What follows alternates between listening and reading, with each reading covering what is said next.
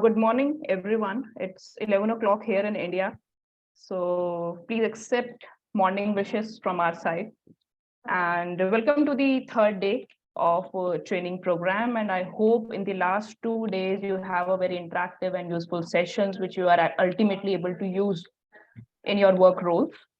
So I welcome all the participants who have joined so far to the third day.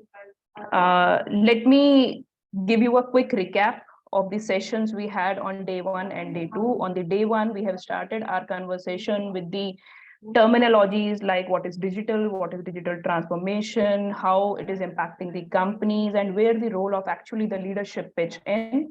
The second session was taken by Dr. Nandita. Dr. Nandita has talked about the digital leadership, the skills required for a digital leader. So the day one ended with the digital leadership introduction and some skills required to perform them or to outperform them. Then the day two, I hope you had a wonderful day yesterday. We have two resource person. One was Mr. Vibhor Kataria from FIIB India, and another was Mr. SP Garg. So the first session was on creating vision, and the last session of the day was your creating long-term goals. So Dr. SP Garg has taken those sessions. So today, the third session, we have designed around behaviors for digital transformation, that what exactly the behavior should acquired by a leader to perform in the digitally transformed organization and leadership roles in digital era. So today we have with us Ms. Priyanka Rana so she is going to take two sessions for the day. She will be with us from 11 o'clock till 1:55. Ms. Priyanka is taking the session. So in the first session, she will be talking about behaviors required for digital transformation. And in the second session, she would be taking changing leadership roles in digital era. So she'll talk about what are the challenges and issues which a leader face in this digital era. So Ms. Priyanka Rana is currently working as a senior principal HR research and advisory at Gartner. She is a HR professional with 9 years of experience. For the past 6 years, she has been working as a senior researcher with Gartner India. She led research teams to create actionable insights for world-leading HR and business leaders around topics such as HR technology and transformation, achieving scale in recruiting and talent management in digital world. In the past, she has worked as a talent consultant with Hewlett Packard in their software business. So welcome, ma'am.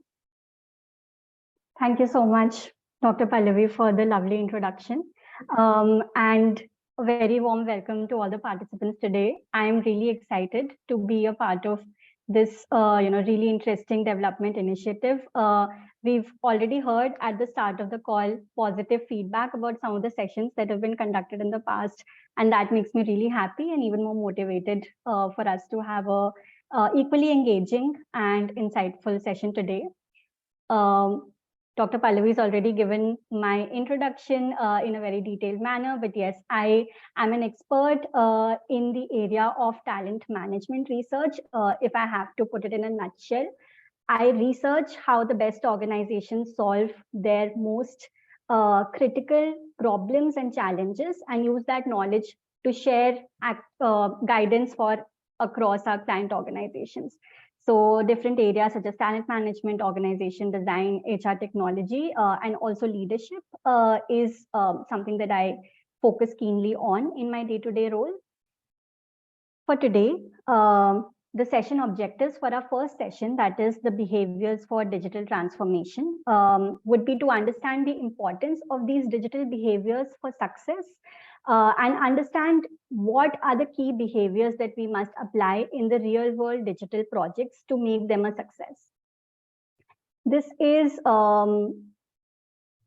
the gist of what we will be hoping to cover today in our discussions.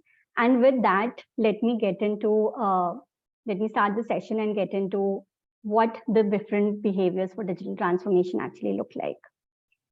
So I know over the last 2 days, there have been different sessions that have been talking about digital transformation, right? And all the participants already would have heard about different definitions for digital transformation. But let me add one more to the mix. This is a definition that I found really interesting. And on the next page, I will call out why. Let's read it first. So digital transformation is the integration of digital technology into all areas of a business. This fundamentally changes how you operate and how you deliver value to your customers. It's also a culture change that requires organizations to continuously challenge the status quo. Let's look at it again with a few words highlighted. Digital transformation impacts all areas of a business. Very rarely, if ever, will you see examples of a successful business transformation and a digital transformation project, which was limited to one particular area or siloed in one particular area of your business, right? So if you are someone who works in sales, you would definitely have to talk to the IT leader for the transformation of your sales channel. If you're someone who works in HR, you would have to take counsel from the legal department in your organization to ensure that the HR transformation does not get into any legal hassle, right? So it impacts all areas of a business. More importantly, it is a cultural change. So what we mean here is that digital transformation is not about introducing processes or technologies alone. It is something that requires a change in the culture. Can I ask all participants to please mute their mics right now? And I would love for all of us to come off mute when we are having a discussion. Hi, Priyanka, can I request you to put your slides on slideshow mode on the full screen? Yeah, perfect. Thank you. Okay. Moving forward, yes, so it's a cultural change where organizations expect that requires organizations to continuously challenge the status quo, to experiment and to get comfortable with failure. Now we will be dissecting some of the keywords that we have seen on the slide. However, the major takeaway from this particular introduction slide is that digital transformation is inefficient without a proper cultural change, which involves the right set of behaviors that actually make it a success. I'll move forward. So I'm sure all of us have heard about people, process, technology, right? These are the three pillars that come together for any successful digital transformation project. While technology brings in the new and emerging tech that is in the market to enable you to make your processes more efficient, people is the important key ingredient in all of this that cannot be overlooked. And that's where we will be talking about most of the things today. Most of our discussion around the next two sessions, that's the behaviors for digital transformation and then also the leadership imperatives, will be focused on the people aspect of the entire equation. Let's start with a really interesting quote that I found online here. So Safra Catz is the CEO of Oracle. Oracle is a company that we know has transformed the digital economy, right? With all of their different products, be it in HR technology, be it an enterprise-wide resource management.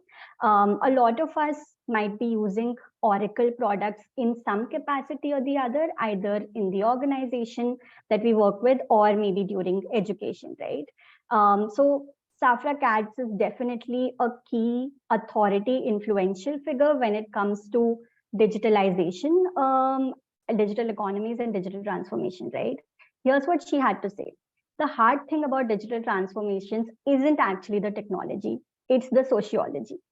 And the sociology is the study of the human society, how humans behave, how they connect with each other.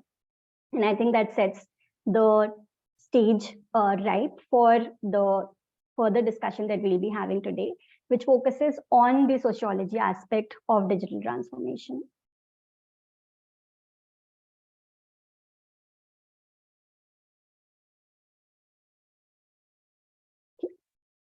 Now, Digital skills are critical today, right? All of us know that programming, web, app development, data analysis, UX design, artificial intelligence, these are buzzwords. A lot of them, I'm sure probably all of them, is something that we have already come across. There might be some here that we are already using in our jobs. Like I know that I have used social media marketing, I have used data analysis in my day-to-day role. Artificial intelligence is definitely an advanced digital skill that I hope to build on further. But digital skills are really critical to all the different jobs that we do today, right? However, even though digital skills are crucial, they are important, they are not sufficient. Let's look at this diagram. You might have seen an iceberg in a lot of similar context situations where the tip of the iceberg is much smaller than what goes beneath the water. But I personally really love the example of a tree and its roots. So what you see on the top is a tree, it's healthy, it is flourishing, and that is, because of, in our context, the digital skills that we have. So the skills that help us actually connect with different technologies to each other, understand what is the right technology, how do we use that. It's definitely important and definitely what is more evident on the outside. Whenever we talk about our digital proficiency, we mention the latest skills that we have acquired in the past. However, like for a tree, it's important that it has a solid foundation, it has solid roots. Similarly, for digital transformation, digital skills are not enough. Digital behaviors are what brings the digital skills to life. Similarly, as you would understand that if there is any problem or if there is any rotting or any disease that happens at the root level, ultimately the health of the tree will be impacted. I think it's the same analogy that we can take with us during our session today. While we understand why exactly digital behaviors are so important for us to embody and how they differentiate a successful versus an unsuccessful digital transformation project. Digital behaviors literally bring digital skills to life. Okay, so with that established, let's get to discussing what is a behavior. So the slide that you see here is from a very popular psychological theory, which is called the CBT theory. What this focuses on is thoughts, feelings, and behaviors, and it has actually drawn a sequential order from which our behaviors are actually impacted by how we feel, and how we feel actually comes from how we think, right? So behaviors are nothing but the actions that are driven by our most deep thoughts and feelings. To illustrate that, let's look at two scenarios. Scenario one is someone who thinks that the city is full of crime and risks, right? So this is someone whose thoughts and daily, reading, etc., they focus on how much crime is there in the city and how, it is full of risk at every corner. What that ends up is in the person feeling fear most of the times when stepping out, having anxiety around stepping out. So the thoughts translate themselves to these feelings, and then ultimately the overall behavior of this person would be to limit their socialization outside of work, or to be doing only the bare minimum important in order to protect themselves, in order to create that safety around themselves. And no judgment on, if scenario A is right or scenario B is right. These are two equally neutral scenarios to depict how thoughts actually become behaviors. Scenario B is that a person who thinks and sees the city is full of opportunities, right? For this person, the feelings that would result from this would be feelings of excitement, would be feelings that encourage them to actually regularly socialize and seek out new experiences. So a lot of their behaviors would be around finding the different events in the city that they can go to, making more plans with people, and new with people to seek out new experiences, try out new things, right? So that is how our behaviors are actually deeply connected to how we innately think and feel about certain things. With that, let's then get into the meat of today's discussion, which is the key behaviors for digital transformation. Now, for today's discussion, I have collated and selected the top 3 behaviors, in my opinion, that are really important to bring any digital project to life. The first one is collaboration. The second one, creativity. And the last one is continuous learning. None of these are any new or path-breaking words for us today. But what is important is to understand what is their relevance in the digital context, and how exactly can we bring some of these concepts, how can we apply these concepts in the day-to-day situations that we face in our organizations, and how to have certain tools available with us to be able to execute well using these behaviors.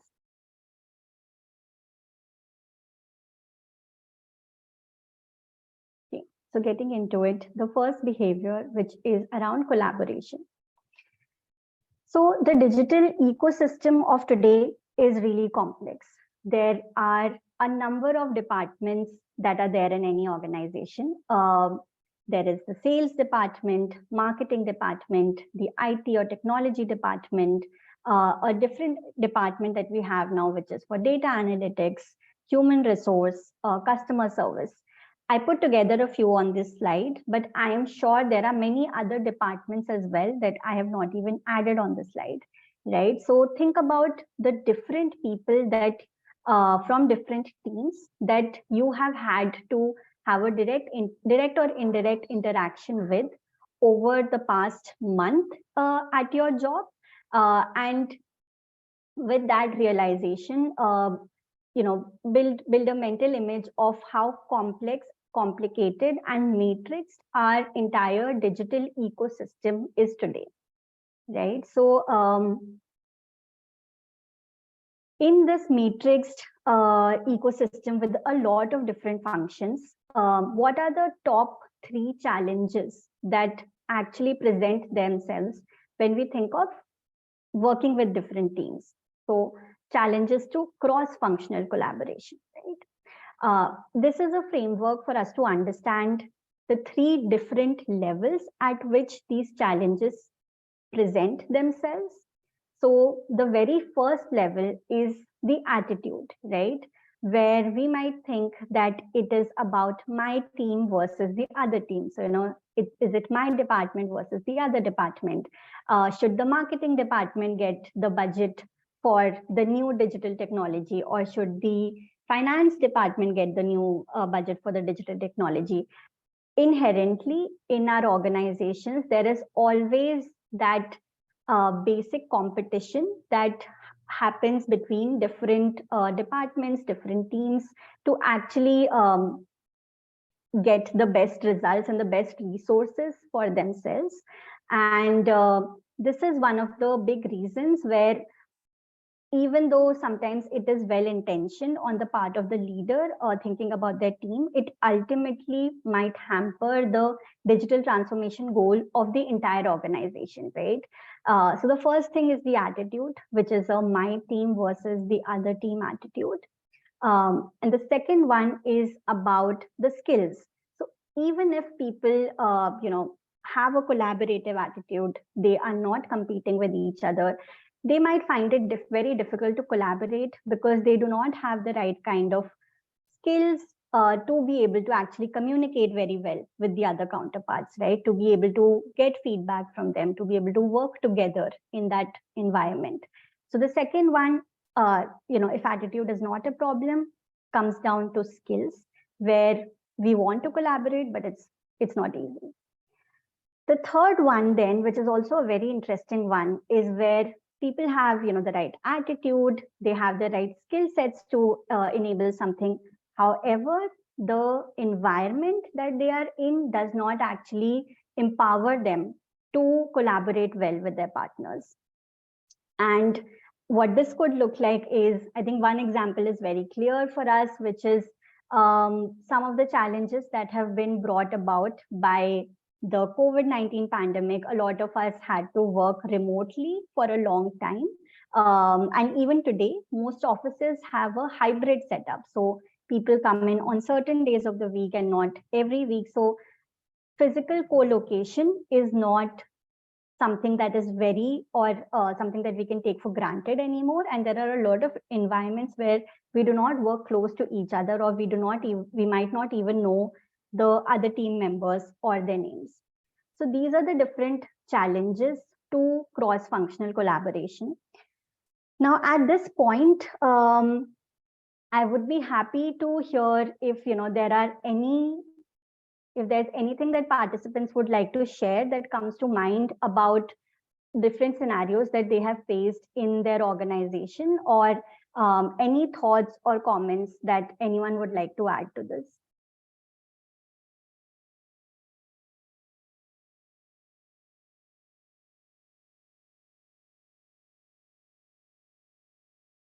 I will wait for a few more seconds before I move on, but it would be great to hear any experiences from anyone, and that will help us learn together as a group as well.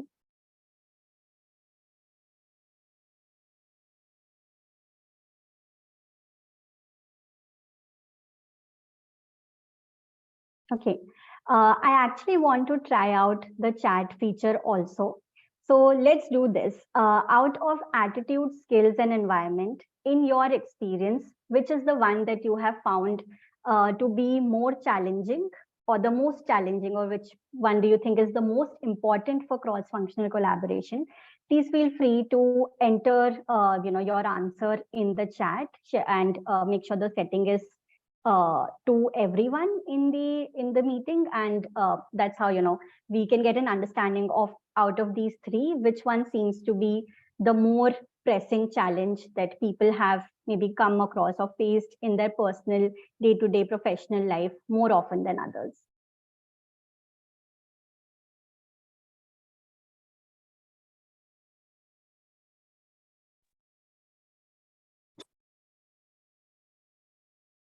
Okay.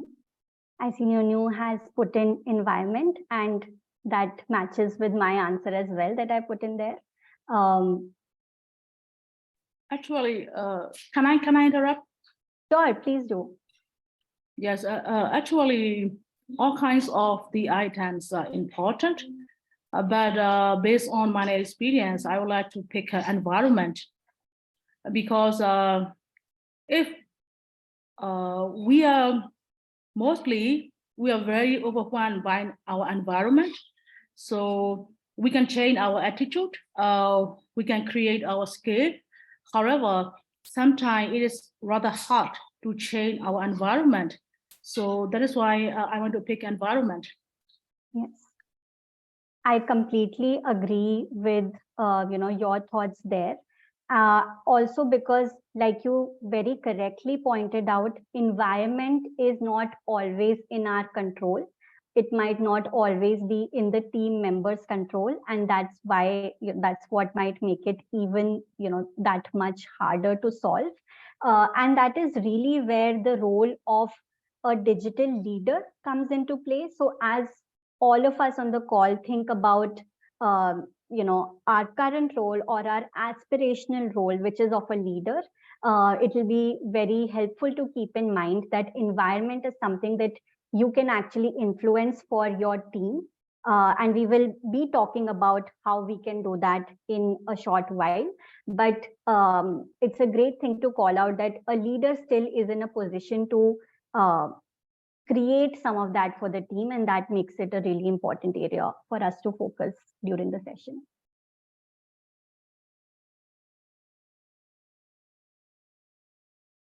Okay. We had environment in the chat, and we also had skills, which is also, I think, not to, I think that is a very important part of it as well, because it's not always very easy to navigate yourself in a matrixed world. There are many different teams, and, the new age environment is very complicated. So how do you influence different stakeholders? How do you communicate to someone in the right manner? Sometimes you might have to change your own communication style to fit with the communication style of the other partners that you're working with. And that is where honing the skills around successful partnership, collaboration becomes very important. So thank you, Fatima, for putting that in. That is another great area for cross collaboration that we will be focusing on.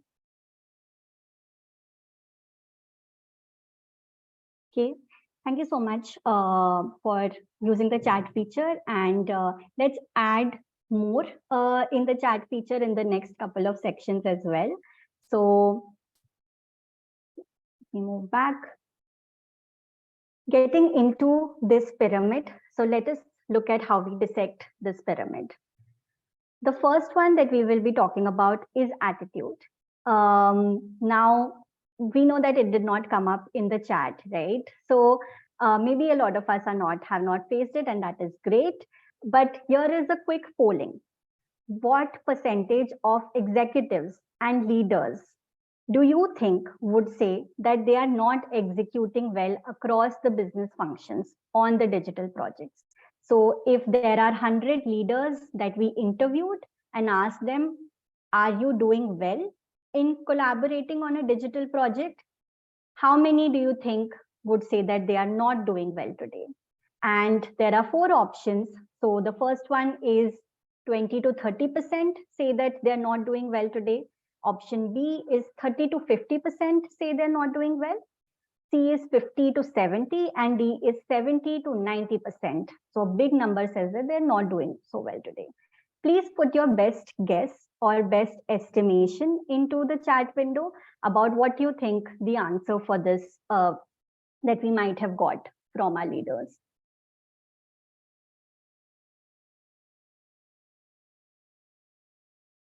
So this is very much, an intuition and a guesswork. So I would encourage everyone on the call to put in A, B, C, or D, whatever they think is the right answer here.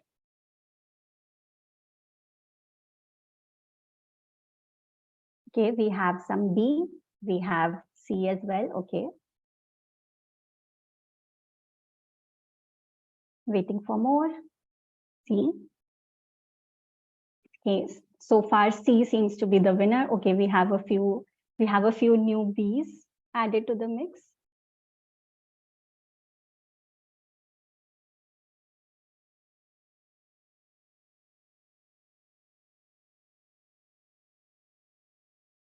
Some are A. Okay.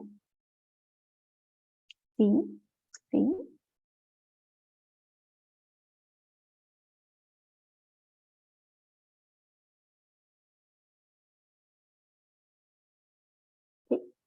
Just waiting for a few more seconds before I reveal the answer here.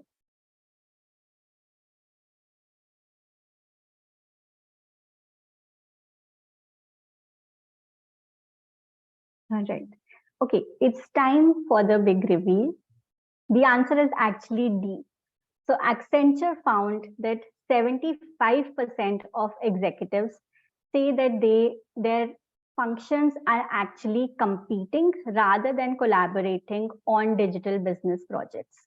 I don't think C was that far. So we had people, guessing that it could be 50 to 70%, but it's interesting to see that it is even larger than that. 3/4 of all business leaders feel that their business functions are actually competing rather than collaborating with each other. So let's think about one way in how we can solve those problems. So this is a very popular but also intelligent but complex system to put into place a lot of times. It is called building matrix teams, right? So if you see on the vertical axis, there are the different teams in an organization. So there is HR, there is finance, there is IT, there is marketing, operations. Typically, what we see in our organization is that people from one particular function interact more with each other. And if they are leading projects, they will be limited to their function. So there is vertical alignment that is most common in the different projects that we run. However, building a matrix organization and building matrix teams actually talks about how we can create different project teams which bring individuals together across different areas or different functions. So project A actually has someone from finance, HR, IT, marketing, and operations all as a part of the project. For project B, they probably did not need someone from IT or marketing, but they have someone from HR, finance, and operations coming together and building the project team there. So this is called a matrix organization. These are called, matrix teams where individuals sit in a particular function and then also as a part of a project team. What this helps with is understanding the different team members better. When you're working towards a common goal and a common vision and a common objective for that project, that brings you together, and that actually helps you understand as you have more meetings and more discussions with them, you understand what their working style is, you understand more of their challenges, and you understand where, if they are saying something, what is the reason behind that. So that is what actually makes it easier for people to collaborate across different functions. You should think back to your organization structure and see that, are you currently a part of a particular business function? I'm sure most of us are. However, are you also a part of certain project teams that have individuals from different departments coming together? That is what is a key ingredient for cross-functional collaboration. And if not, what are some of the opportunities where you can create those teams and get those individuals together for some of the projects that you and your team might have in mind? So that would be the main takeaway from this slide. And with that, we have spoken about the first triangle, which was about the attitudes, which is more, leaning towards competition and not collaboration. Moving on, let's look at the next item in the pyramid. So the next item that we have is skills, right? So we want to collaborate, but it is very difficult. Now, we spoke about it a little bit already, but the challenge to collaboration is, that there are different individuals, they have different personalities, and they have very different working styles, communication styles.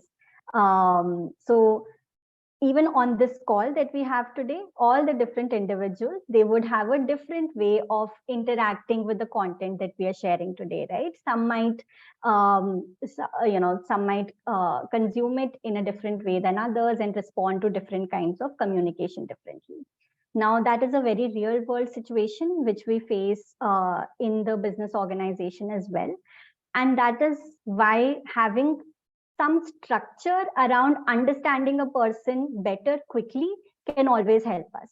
So you understand maybe someone when you have worked with them over a long time, but we might not always have that much time with all the different partners and all the different teams that we're working with, right?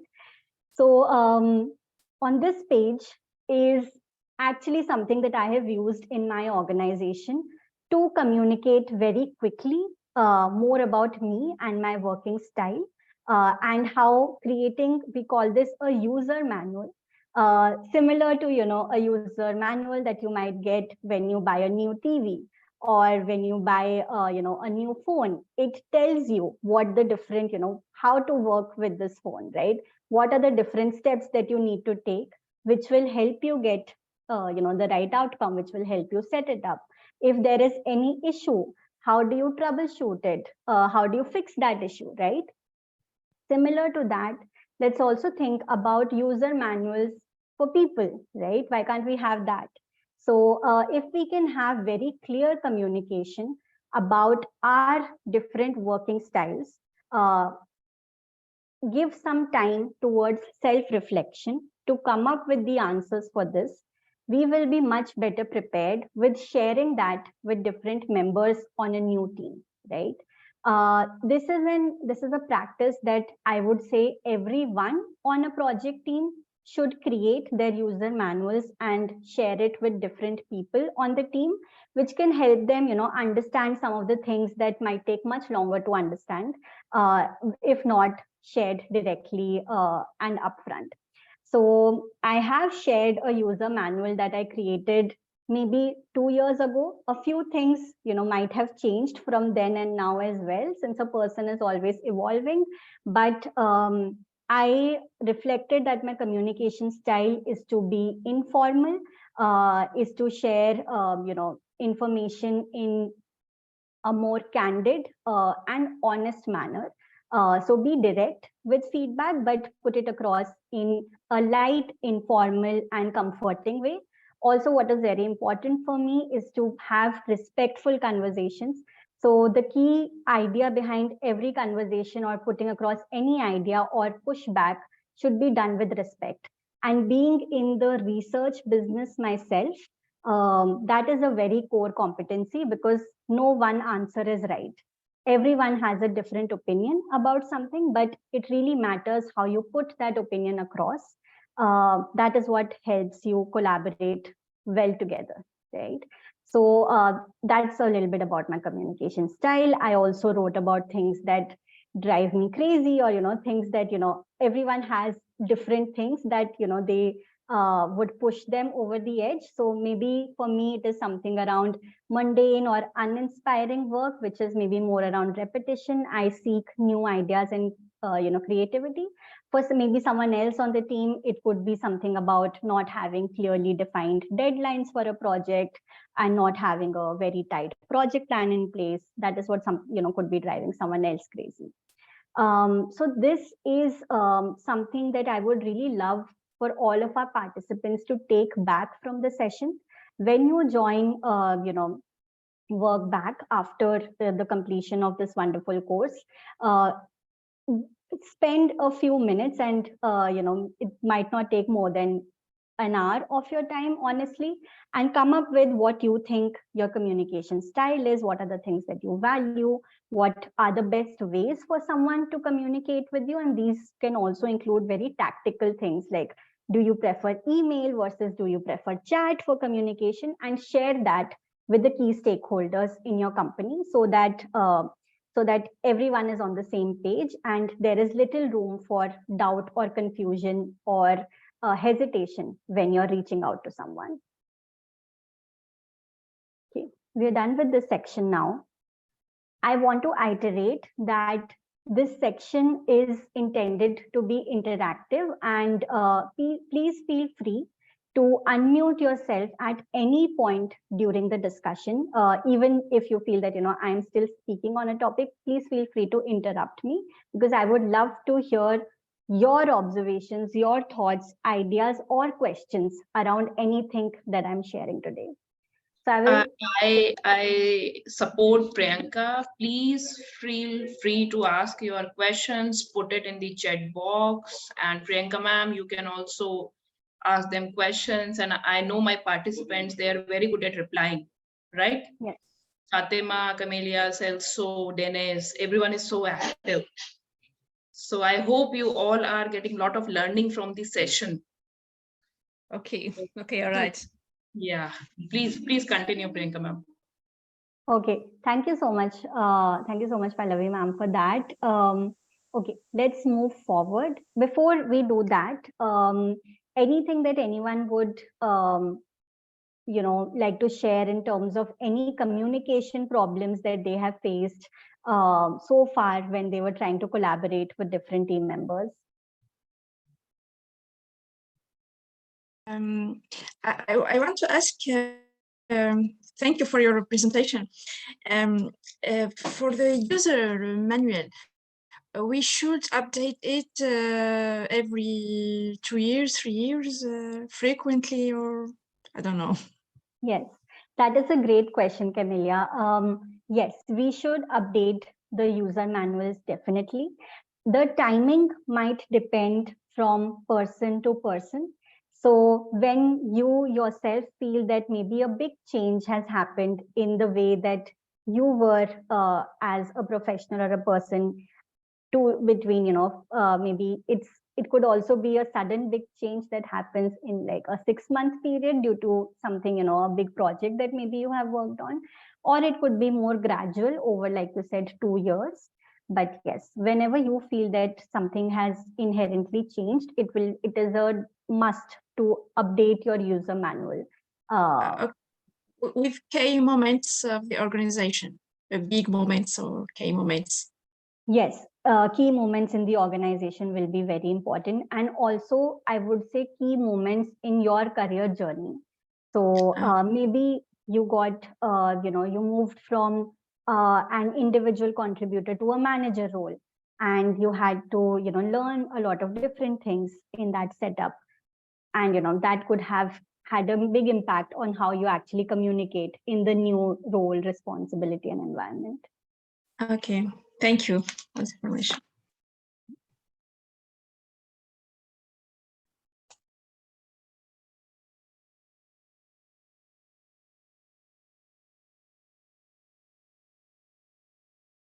Okay, so let me keep going forward. Which brings us to the last challenge in cross-functional collaboration a lot of us pointed out, which was around collaboration, right? Which is around the environment, I'm sorry. So this is part of a research that I worked on at Gartner. This research was conducted after the onset of the COVID-19 pandemic, where a lot of employees, almost everyone was sometimes working in different locations, a lot of them working from home. And that was a big challenge for a lot of people because we were not used to the virtual setup as much. Now, of course, it is a reality. It is a day-to-day thing. It is something, it's a big reality for our session today as well. All of us are individually sitting in our own homes, but we are working together on understanding the behaviors for digital transformation today, right? So we are in this together, even though we might not be physically located at the same place. Now let's look at this diagram. So there are 2 axes that you see here. On the bottom is synchronous and asynchronous work. Synchronous work, it means that when everyone is together working on something at the same time. For example, this call that we are having today, this meeting, is a synchronous work because all of us together at this point in time are together in this meeting, right? Asynchronous work is when we are working individually, we are working alone, we are not working with someone else. On the y-axis, you see distributed and co-located. By distributed, we mean that we are all in different locations, we are not in one place, and co-located means we are all sitting together, right? So there are 4 ways to think about the different situations in which you could be collaborating. The first one where everyone is together and they're working together at the same time, right? So you see maybe someone is in a presentation in office where they are presenting some key points on a board and everyone is there together to pitch in what their ideas or thoughts are.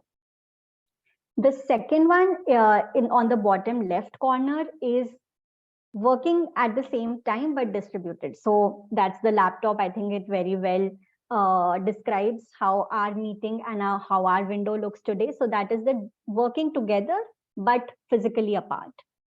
On the top right corner, there is working alone but sitting together, right? So in a lot of times when we have our individual projects, we might be sitting next to each other and definitely like a lot of the scholars that we have here, a lot of professors. I know you do a lot of individual work as well, right? So that is when you're all sitting together, but you're working individually on each of your projects. And the last one is when you're working alone and you're not with anyone else. And that was a very common, like the person sitting on the sofa alone in their house. That was me for a long time between 2020 and 2021, where I was working from my home and I was working on, my individual projects. So that is, something that I'm working on individually and also apart from different team members.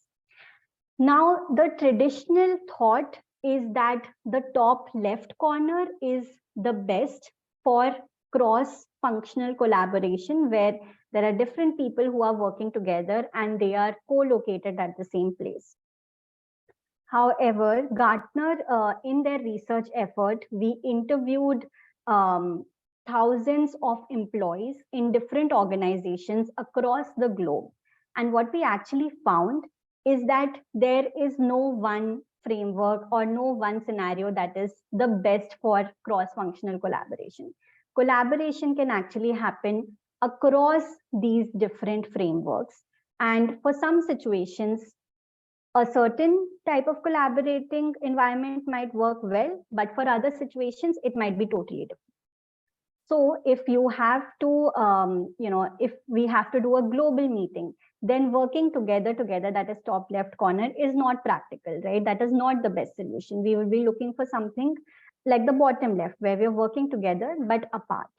However, if there is a research project, right, or there is something that, you have a project in your team which requires you to review someone's work, right? You might not want to do that with that person at the same time. You might want to take your own time, provide those reviews, and then send it to the person. That might look like working alone, either in the office or working alone at your home. What this means is that there should be no preconceived notion about what is the best way to collaborate with a team member.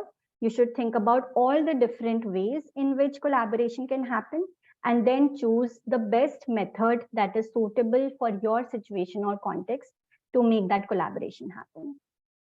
So this is a little bit about, a little bit tied to the hybrid environment that we are a part of today, and how we should be breaking the myths about the old way of working and how only certain types of coming together is beneficial to a project success.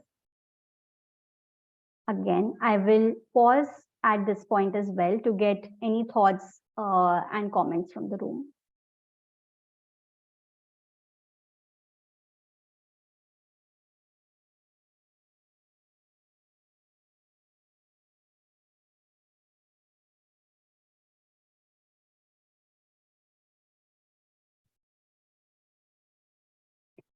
Okay, maybe nothing on this slide or so far, but we will be getting into something very interactive now, which is a breakout session. So we will be divided into breakout teams, and we have a scenario on the screen that we would be discussing. So let me read out the scenario for everyone now. You are a developer who has been tasked with leading the creation of a mobile-based app for your restaurant business. So this is a project that requires digital transformation. It requires a lot of digital skills. Definitely, as a developer, you have some of those skills, and other people in the organization have some other skills, right? But based on what we learned today, digital behaviors are actually crucial. They are the roots to get those digital skills to life, right? So the first digital behavior, which is around collaboration, is something we will be discussing now. In this situation, in this project for digital transformation, who all will you collaborate with? So think of the different functions that a developer and application developer would interact with to be able to successfully develop that application for their restaurant business. And then I would encourage you to list as many as possible, whoever you think would be useful in this situation.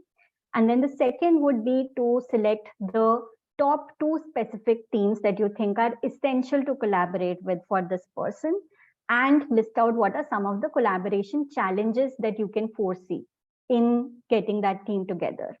And then also answer, how will you ensure that a successful collaboration actually happens between these different partners? So list out the different partners, foresee any challenges to working with them, and then come up with some solutions on ensuring a successful collaboration based on some of the things that we discussed and learned today.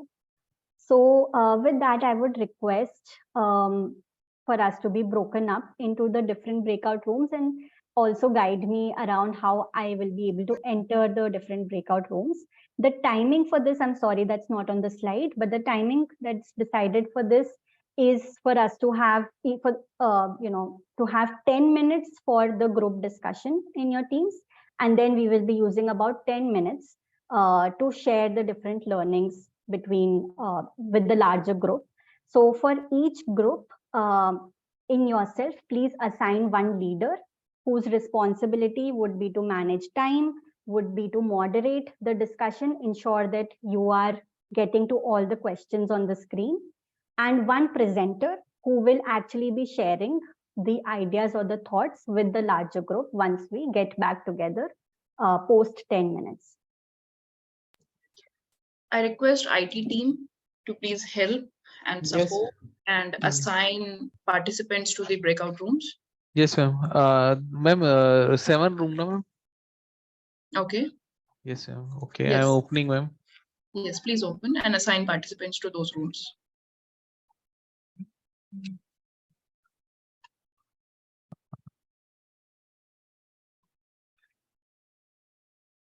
I request all the participants to join the breakout rooms as per the assignment by IT team.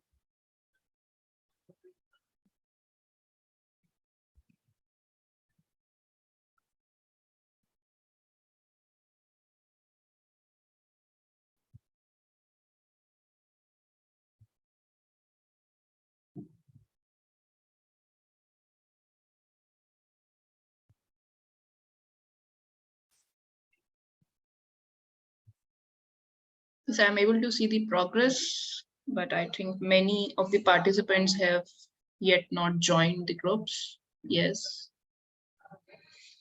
Great. Teresina, request you to join the group. So can I join any room, or were you assigned as? I think IT is assigning, Maksud sir. I think you people are assigning the groups. Room 1, yes, room 2. There are more participants in room 2, so you can shift them to room 3. Room 6 and 7, yeah, thank you, Seneth. Great. What about room 7? I think Geeta Bhatt and Geeta Mishra can leave the rooms. They are not among the participants. Yes, Telesinha, thank you. Maksud sir, you can put more participants in room number 4.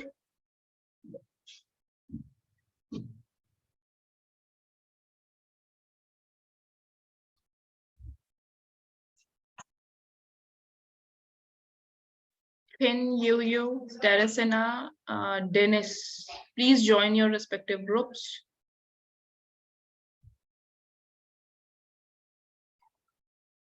Herman Gildo.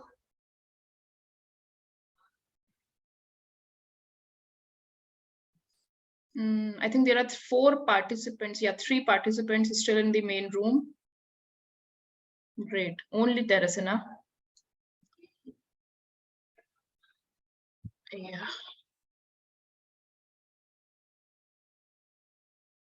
Okay. Perfect. So please give right. Yeah, please give rights to Priyanka ma'am so that she can roam around the rooms. Okay. Also, sir, will the breakout rooms end automatically after? Have you assigned a timing to them? Ideally, we want them to discuss it for 10 minutes. So it is 11:56 right now. By 12 5, if we can have everyone together back. Yeah, we can close the rooms by then, and then everyone will appear in the main room. Okay, okay. You can also close it. I think it is visible on your screen. Close all rooms. Okay. Yes. Yeah.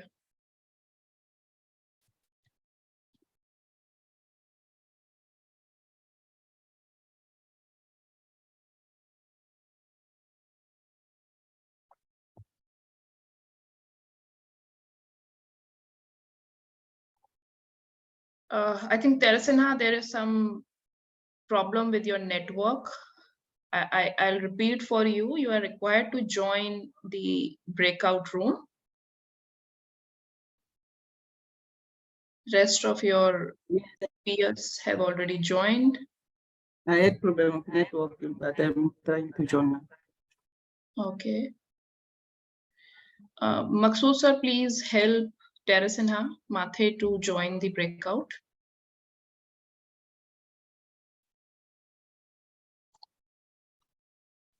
Ma'am, you can see notification to join the room.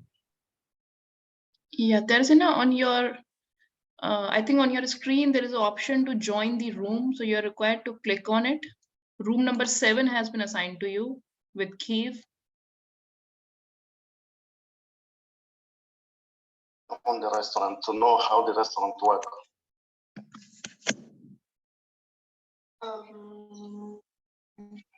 The company owns Maqsood sir, can you help her in understand that where we can, where she will? Yeah. Yes, Mr. Who will present Fatma? You can listen. I'm going to one customer service. Yes. I think also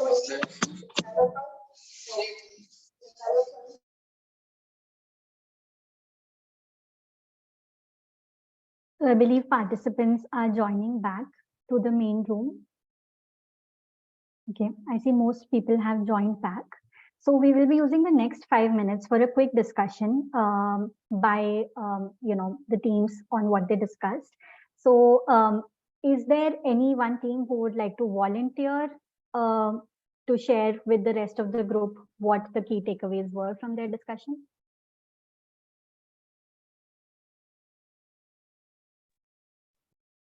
Okay, how about group 3? Sure, please do go ahead. Okay. So, good afternoon, everyone.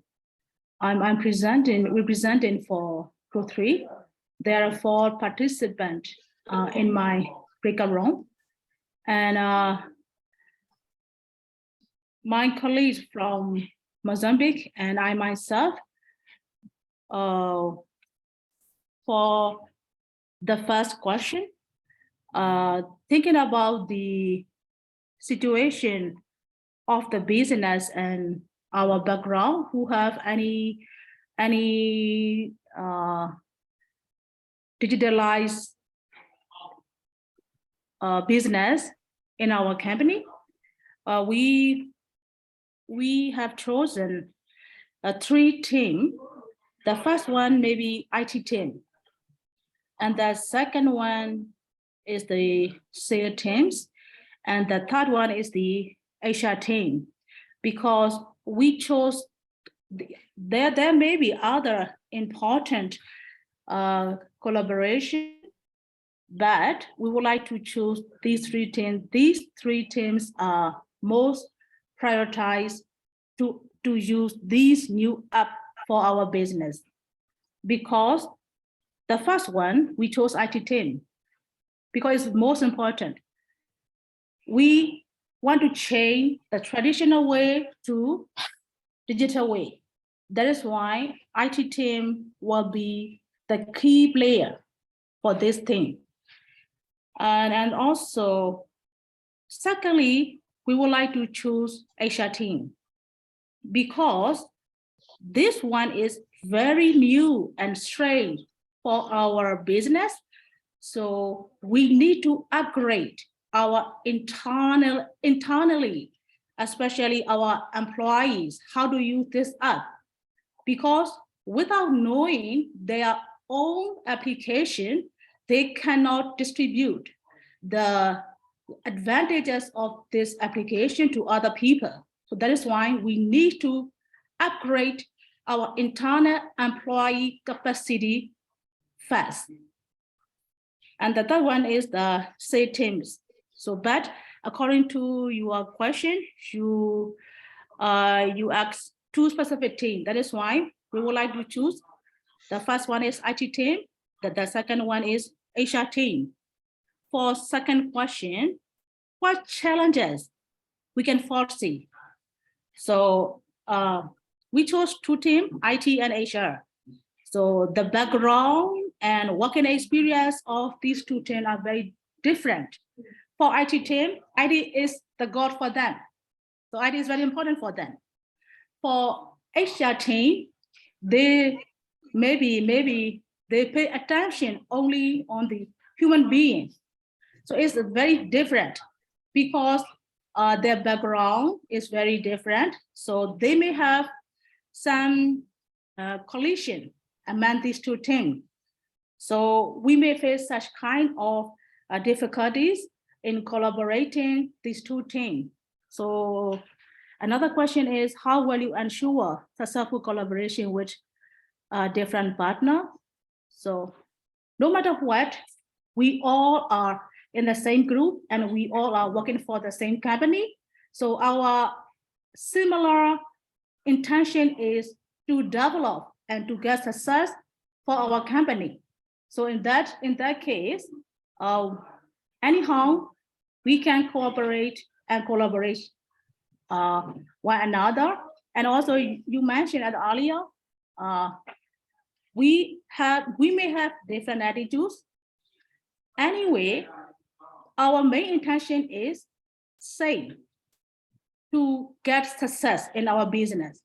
So we may find some successful methods to get our main goal. So there may be different ways to collaborate. Anyhow, at the end of the day, we may have our success, but we need to get we need to have the attitude that can accept the changes for our company is a key. So Right. that's all. That's from our group 3. Thank you. That is great, and thank you so much, Nunu. Am I pronouncing your name correct? Okay, but Kane is easier for you. You can call me Kane. Okay, thank you so much, Keen, for sharing and volunteering to share that with the larger group. Definitely HR and technology are the key partners for any transformation project. So thank you for bringing that forward and building the common language around vision, goal, what is the common objective. I think that will help in successful collaboration. Thank you so much for sharing that. And thank you everyone for, I was a part of different breakout rooms. Thank you everyone for having a very interactive discussion. Hopefully, that was helpful in getting to work with the different people and meet different people on the team as well. With that, let me keep moving forward as we have 2 other behaviors to cover for our discussion today, right? Leaving you with this thought, if you want to go fast, go alone, but if you want to go far, go together. That is the essence of collaboration in cross-functional partnerships. The second one, which is creativity, very quickly, let's get into the chats again and let us know the first name of a creative personality that comes to your mind. Anyone that you would like to put in here, and maybe even next to them you can put what is the profession or what is the creative thing that they're a part of. We'll take like 10-15 seconds as a group to just add that into the chat.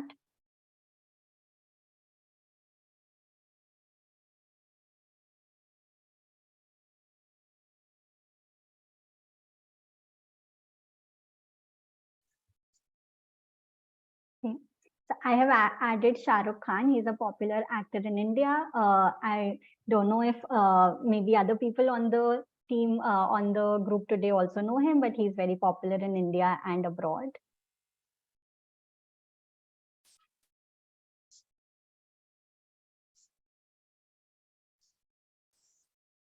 Steve Jobs.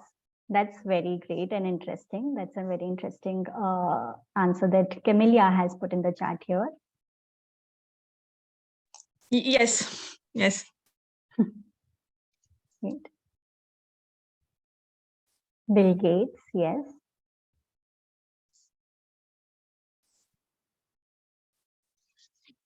Elon Musk, very interesting.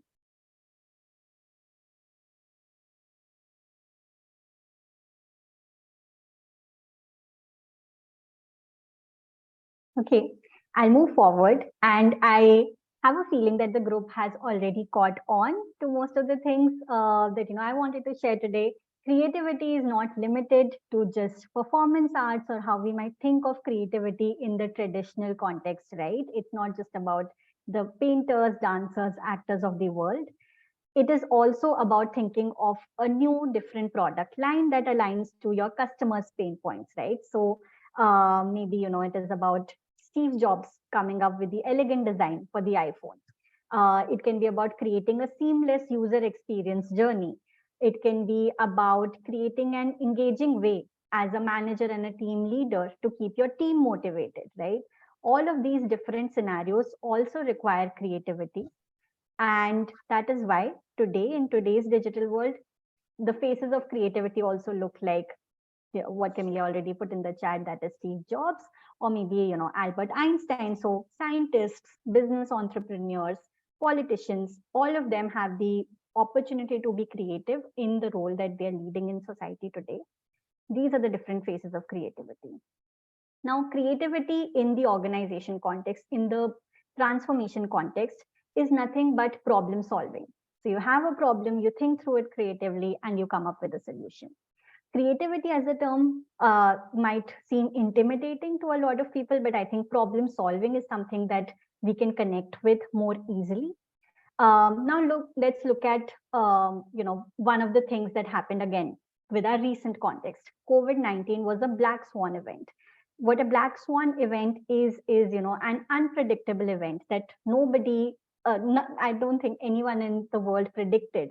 And it had a large impact and a big impact on the different situations globally, right? Such events are what we call black swan events, which we can't predict, but they have a huge impact. And these new problems are the ones that need new solutions. So an example here is from the luxury brand Louis Vuitton, which makes bags, it makes perfumes, it makes a lot of other luxury items.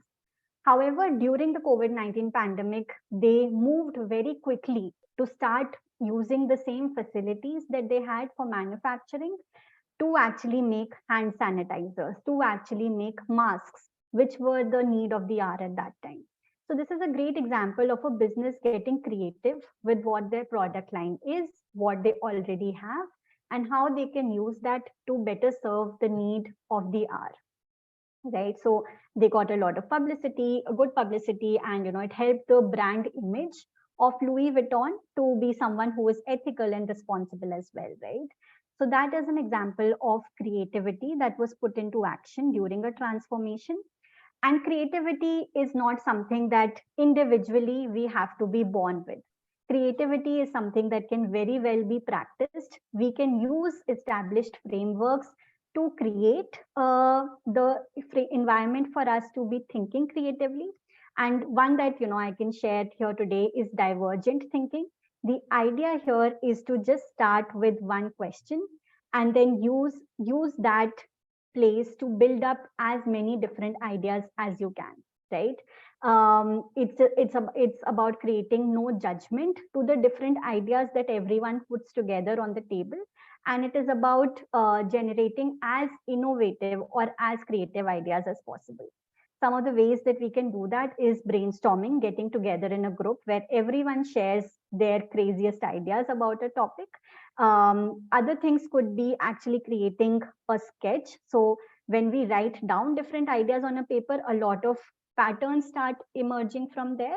And definitely also keeping a diary or a journal so that whenever an idea strikes you, you make a note of it, and then you can go back to what it was later. So these are examples of divergent thinking and how you can expand from one idea to many different potential ideas coming out of that. Now, I did have another exercise which we won't sadly be having the time for today, but maybe if, during the end of this session, or maybe if we find some time in the next session, which is also related, we would like to do a creative thinking exercise where we'll be assigned an ordinary object like a toothbrush, and think of the different ways in which the toothbrush can be used apart from its traditional use to clean our teeth, right? So not for now, but let's park this exercise for later. So this is the way in which thinking out of the box, thinking creatively can help in the digital success of your project. And that is where, the second element, which is creativity, comes into the picture. Now, I'll go through the next element as well, and then I'd love to take a pause for getting the group's ideas, questions, etc. together, because creativity and continuous learning are very closely related to each other. So let's look at two job descriptions, right? One is from 2018 and one is from 2023. We see that, it might have different skills, like maybe it has, if we talk about tech skills, right? C++, Java, etc. Maybe that was even before 2018, but for example, there are 5 skills in 2018 in a job description. What we might realize if we pick up the job description for the same role in 2023 is that some skills will be completely obsolete. You can't find them in today's job description. Some skills remain, and then there will be a whole set of new skills that are added to the job descriptions today, right? So digital skills are continuously evolving. You can never say that, okay, now I am done and I know all the digital skills that are there, right? 50% actually, the World Economic Forum's report says that 50% of employees will need reskilling by 2025 as the adoption of technology increases. This really brings home the idea that we need to be continuous learners in order to be successful in this digital environment, right? And the main aspects of being a continuous learner is to learn, but then to be able to unlearn, right? So you break the puzzle pieces together and maybe they come together in a completely new and different format. So that is the basic theory of learn, unlearn, and then relearn. And especially unlearn is really important and very difficult in that process, because we are already set in the ways that we have seen as we grow up, as we go through the education system, maybe what our first job teaches us. And by the time we are, in a new setup, it becomes very difficult to actually unlearn those old behaviors and to pick up the new behaviors that are more aligned to the realities of today. So this is learn, unlearn, and relearn. Over the next couple of slides, we will be looking at very tangible steps that we can take to make that happen for us. So step 1 is to understand how you learn best. Some of us like listening to podcasts, some of us maybe like watching videos on YouTube better, or some of us get the best from reading an article, right? So understand which is the best way that you enjoy learning, which is the most useful, which works the best for you. Understand, do you learn better alone or do you learn better in groups? Think about, is there a certain time of the day? So is morning more effective for you for learning, or is evening more effective for you for learning? This will be different for each person, and that's why it's important to self-reflect how you understand and learn the best. Once you have done that, the next important step would be to talk to your peers and your network. This is really, really important because, if you just live in your bubble, it will be very difficult to open your mind to new ideas, right? So talk to friends, talk to family, talk to co-workers, casually try to understand what are they, learning now, or what are the skills that they already have? How is it helping them? That will really help you understand the gaps that are present in your learning and help you identify the interest areas that, you should be exploring. So definitely talk to your network, talk to your peers about this as, often. And even if you see the picture that I've put in here, it's not a very formal thing. You can talk about this in your walk with your friend. You can talk about this with a family member at home. That's the next step. The third step here after that would be to keep a learning goal sheet. think this is really important in getting the ideas into action, right? So when you commit to writing it down on paper, right? What exactly do you want to learn? Out of the 5 different things that you heard last week, this is the one thing that I want to learn, right? How much time do you want, in how much time do you want to learn it? So if we don't put like a definite time stamp around it, that I want to learn this in 6 months, or I want to learn this in 8 months, etc., there will not be, that accountability on your part to actually do it. And then also think about how will you apply these new skills in, in your day-to-day life. How will you actually know that you have learned that or not learned that, right? That is also really important. So create a goal sheet which lists all of this down, which acts as, building accountability for yourself. And then the last one is to reward your learning. So always set small celebrations for, any accomplishments that you have, that mentally tells us that, this is something that we are happy with and something that, we would want to do again. And also share this learning with your network. So on LinkedIn or, in your organization, always use that, because that's very important to build your personal brand. So these are the 4 steps that are really important in being a continuous lifelong learner. And with that, I think the question that I would have for the group is, what is the new skill that they want to learn, right? Is there anything that, if anyone has in mind, we would love to get, that in the chat box, or anyone can come off mute. This is also towards the end of the discussion. So please feel free to, share this or any other ideas of key takeaways that you had from the session today. Any ideas, observations, would love to hear any and everything that participants would like to share at this point.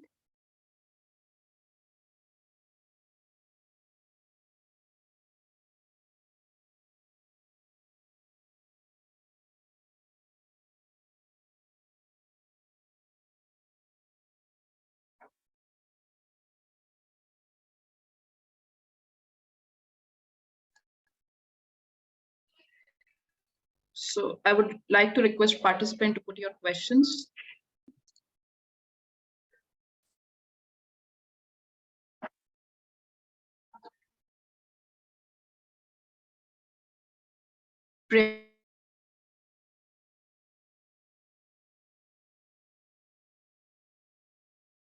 Pallavi, I'm sorry, I can't hear you if you were saying something. I think there is some problem with the network and resources. So, I was asking from my participants for today's session, the first session. Priyanka ma'am will continue with us in the next session as well. Hello. Yes, Pallavi, we can hear you.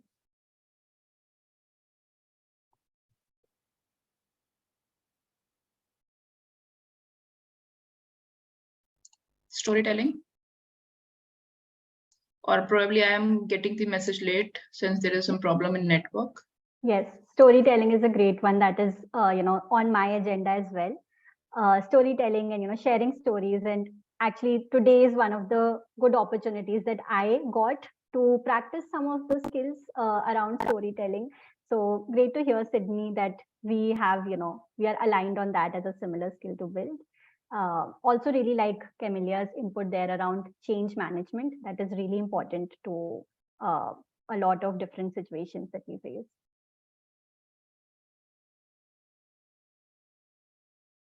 Organizing skills, yes.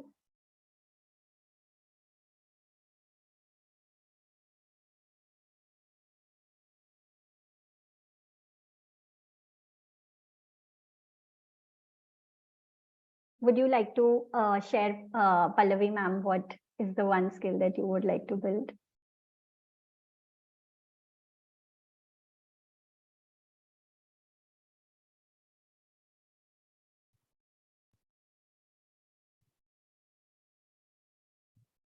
Marcelino says management in the digital era. But let me think. Yeah. Marcelino has very smartly captured everything that we have been talking about and will be talking about. That's great too. Collaborative and cooperative skill, yes. I'm hopeful that, some of the things that we learned in our session and some of the tools would be helpful for that newly. So, So I have posted 9 informal communication sometime. yes, I think that is, in a lot of situations, Yes. informal thing. I'm working on that as well.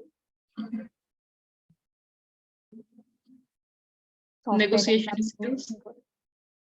so important in all, I think personal, professional, everywhere negotiation skills are so important.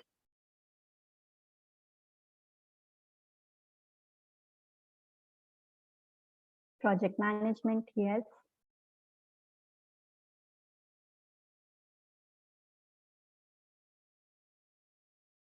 Great. Thank you so very much, everyone, for a very, very interactive session. I am really looking forward to the next session that we will be hosting in, with after a short break as well. Thank you, everyone, for sharing ideas in the chat, in, coming off mute. Very highly appreciated. And let's keep this going forward for the next session as well. And thank you so much, everyone. So, Pallavi, ma'am, should we close this meeting right now and let us know when we should join back for the next session?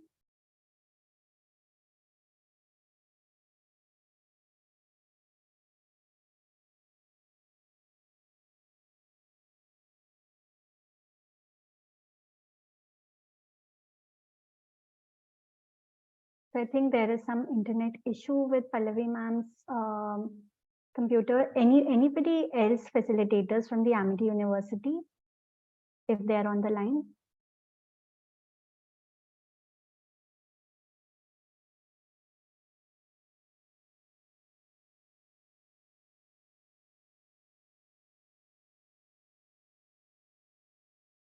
Okay. I guess we are on time, so we can close the meeting for now, and we should all be hearing in the next 5 or 10 minutes to join the next session. So please take a tea, coffee, water, washroom break, and then let's get back together. Thank you so much, everyone. Thank you. Thank you for you. Thank you. Thanks. So welcome back, everyone. I'm really sorry there is some disruption in our internet network, due to which suddenly we all were logged out.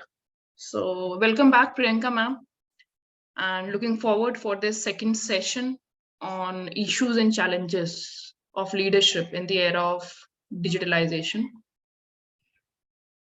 Thank you so much, Pallavi ma'am. Just pulling up the slides. And are we waiting for some of the participants to join back, or do we have the number back? Currently, we have 25 participants. Yeah, I think they all are joining in few minutes. Okay. We can start. Sure. Okay. So welcome back, everyone, for the second session of our of the program today, which will be focusing on the digital transformation and leadership. Like Pallavi ma'am said, we will be focusing on some of the challenges that digital leaders face, and what are the different set of challenges, what is the context of digital leadership today, and from that we will be drawing some imperatives or some things that are really important for a digital leader to do in this environment to be successful, right? So that is the agenda for this discussion now. Okay, let me get into it. This is a brief overview of the different things that we will be talking about.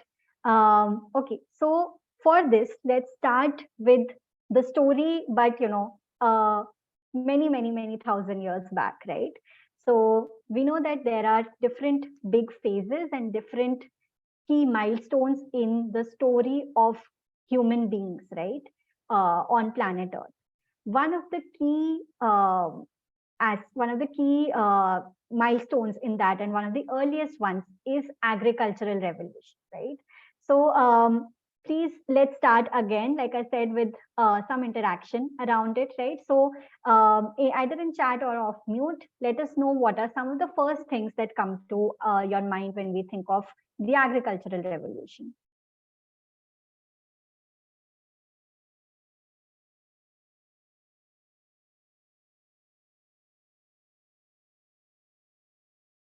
So it's definitely crops and a lot of farming.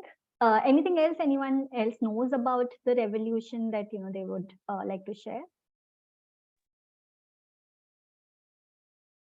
Lots of manual work. True.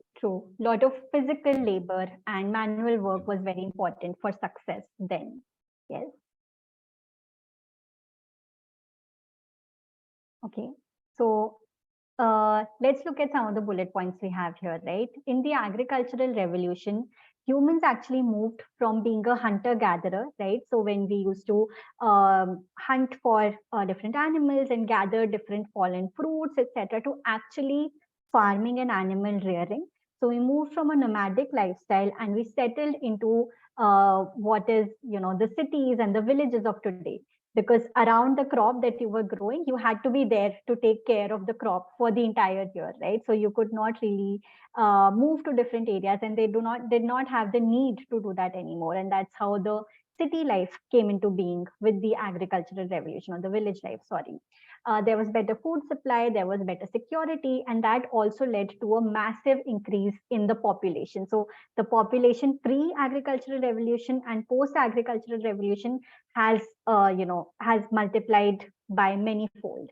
And it also led to a lot of modern day human diseases.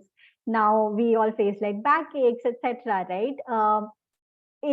So the corporate setup is part of that, but even then, human body was not really built for plowing the field or doing the different activities there. And that's where a lot of the diseases that we have caught on also got introduced only during the agricultural revolution age, right? So just some interesting trivia to share as we start the session.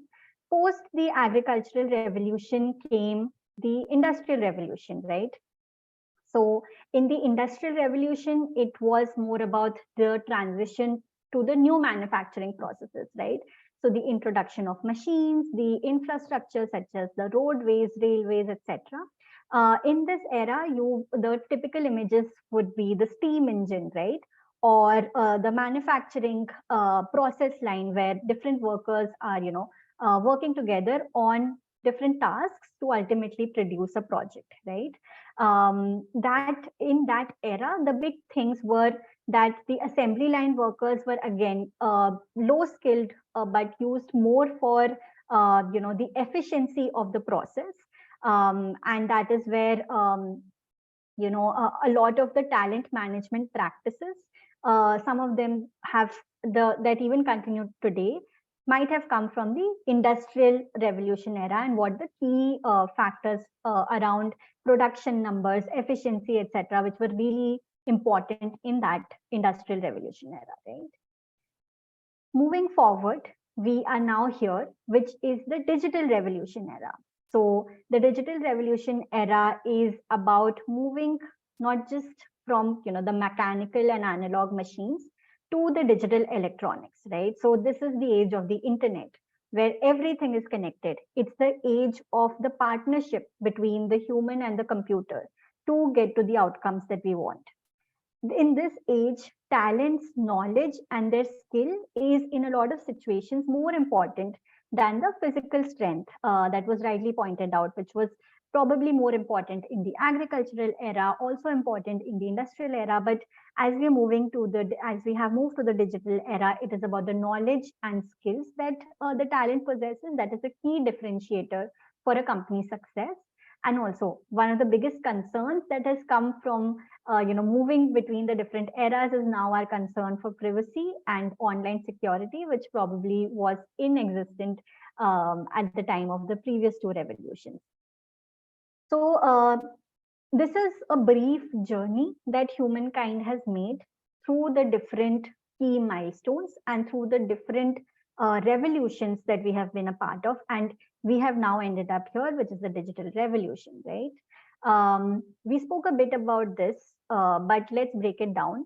there are certain key differences between the industrial era management and the digital era management, right? Things that made sense then versus things that make sense now. So in the industrial age, efficiency, right? Again, the production numbers, that was really important. It's still important today, but in the digital age, we also understand the importance of learning. We understand the importance of networks. The assets of the previous world were tangible, right? So if you have the land, if you have the machinery, that was your major asset. But now we know the talent and the knowledge, the experience of your staff, that is also a key asset, and that is intangible, right? In the past, the economic environment had more certainty, right? Things weren't changing as much. We will be talking about a lot of this in much more detail later. But the jobs were simple and traditional. The products and processes that were brought about in the market were more or less similar to each other. So there was a lot of mass productization, a lot of mass production of the similar items. Whereas today, it's the age of disruption, right? So everyone is coming up with a new offering that is, different and smarter, better than the previous one. That has also led to complex jobs. It's led to a lot of the importance of the digital skills that we spoke about. And hence, also a lot of value based on, we have a lot of abundance. So the value that we add to each product, that becomes the differentiator in the digital management era. So this is, a snapshot of how we have moved from the industrial age era to the digital era. And this will actually set the stage for a lot of the discussions that we have later in the session, which will talk about why practices of then, so, practices that have come from the industrial age era are really not efficient for the digital era, and what makes sense for the digital era, and hence what should leaders be doing. Okay, so after this, we will be getting into the individual sections. But before that, again, I want to pause. I know we discussed a few different things here. We discussed the journey and evolution of humankind. If anyone would like to, share any thoughts, comments, ideas, feel free to do so right now.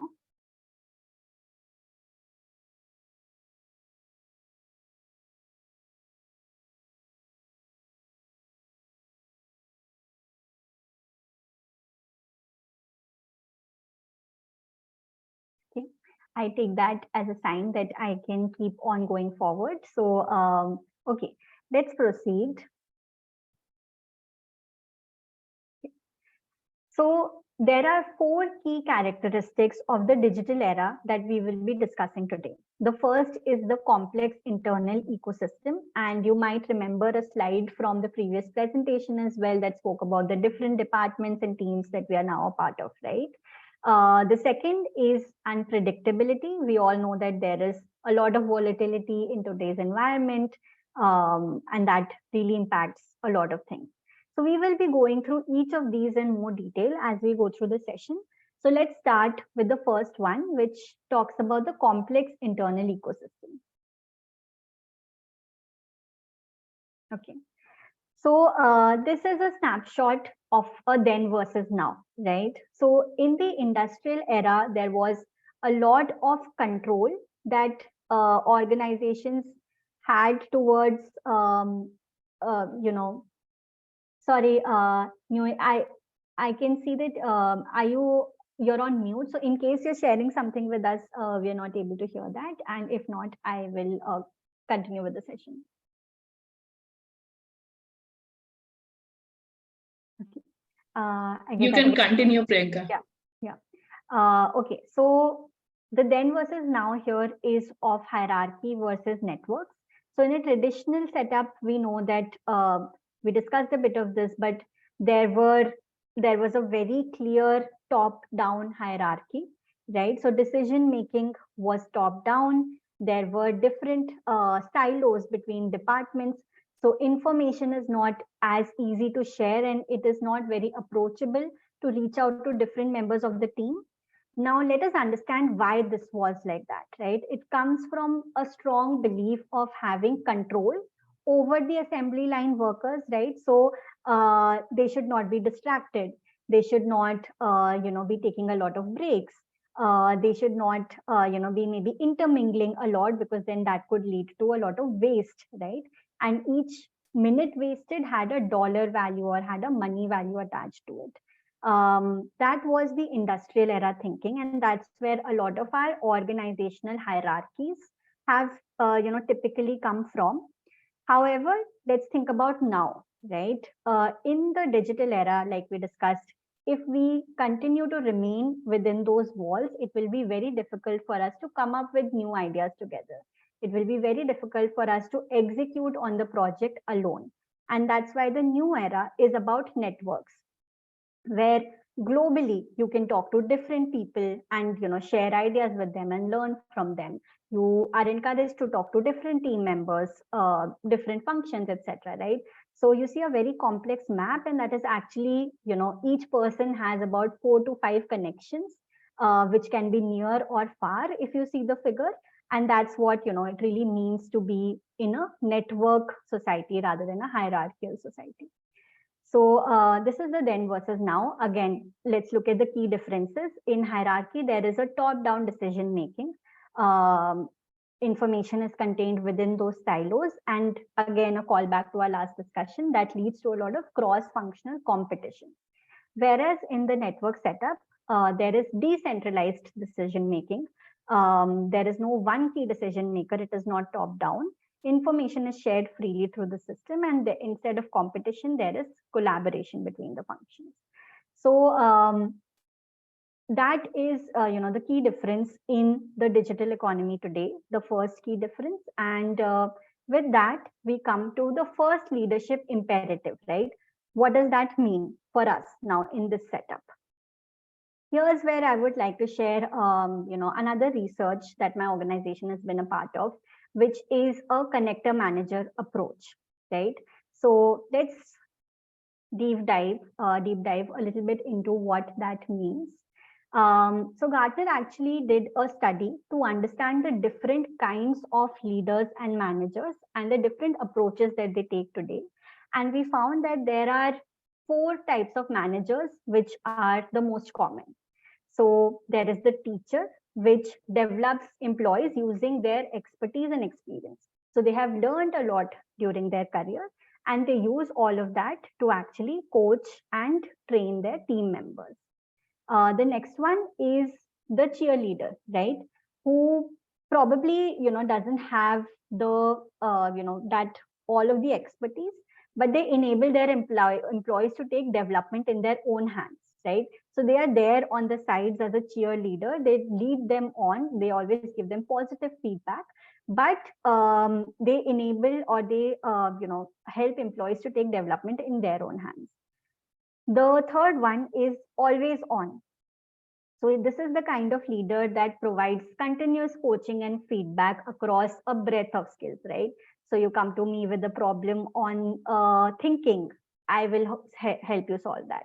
You come to me with a problem on actually writing that content, I will help you solve that. You then come to me with a problem with how should I market this content, and as your manager, I try to help you with that as well, right? So I'm continuously trying to coach, I'm continuously providing feedback across all the different things that the employee has, wants to get coaching on. And then the last one is the connector manager, where I introduce employees to the right people for their development needs. So where I understand, okay, what are the development needs of my employees? I address the ones that I am able to, where I have the expertise and confidence. However, for the areas that I do not have that expertise, I introduce my employees, I use my network, and I introduce them to the right people in their development needs. Now, thinking back to the different leaders that you have worked with, thinking back to the different public leadership figures, or even leaders outside of work in your home, in your family that you have seen, right? You might be able to put them in one of more in one of the different buckets, right? So these are the 4 most common types of leaders or managers that are there in an organization. Now any thoughts on, apart, like in this, what is the most common leadership type that you see? And please feel free to come off mute or put it in the chat. Any of these four, like what is the most common type that you have seen in your professional journey so far in organizations?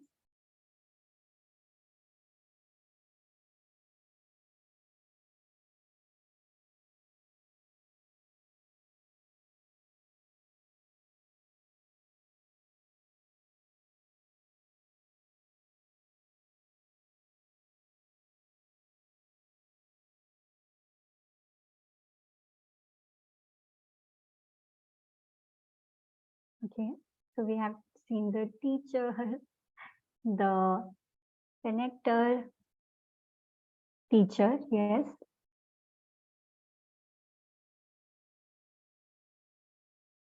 Yes, and that is how, a lot of our management systems have been built. So someone does their job really well, and because they do their job really well, over time they become the manager of the team, right? So they use their own expertise and everything that they have learned to actually be teaching in the job, right? Teacher and always on.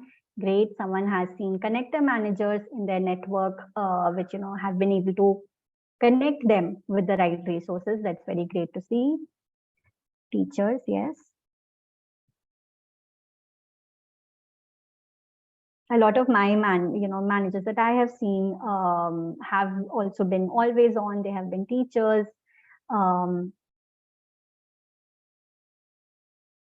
Okay. So I see that teacher and connector is, what most of the people have said.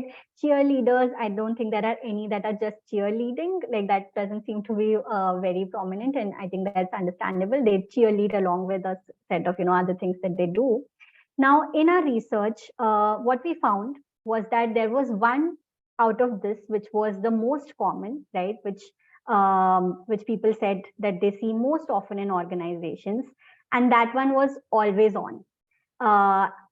Actually, not just the most common one, we asked our participants to rate which one do you think is the most effective out of all of this in getting the right kinds of outcomes from the team. And we got a unanimous response that always on is the best approach. Managers should be always available to answer the different queries of the team. They should be able to teach them across the breadth of skills, and it should really be there as the support system. Now, while that made sense in a traditional world, right, where the skills that you learned as a young professional, right, you kept learning those skills and then you became the manager. So you had all of those skills, right? However, in the digital era, like we discussed, skills are obsolete. New skills are coming all the time, right? So very realistically, probably the manager does not have all the skill sets, right, that they need, that the team would be working on at any given point in time.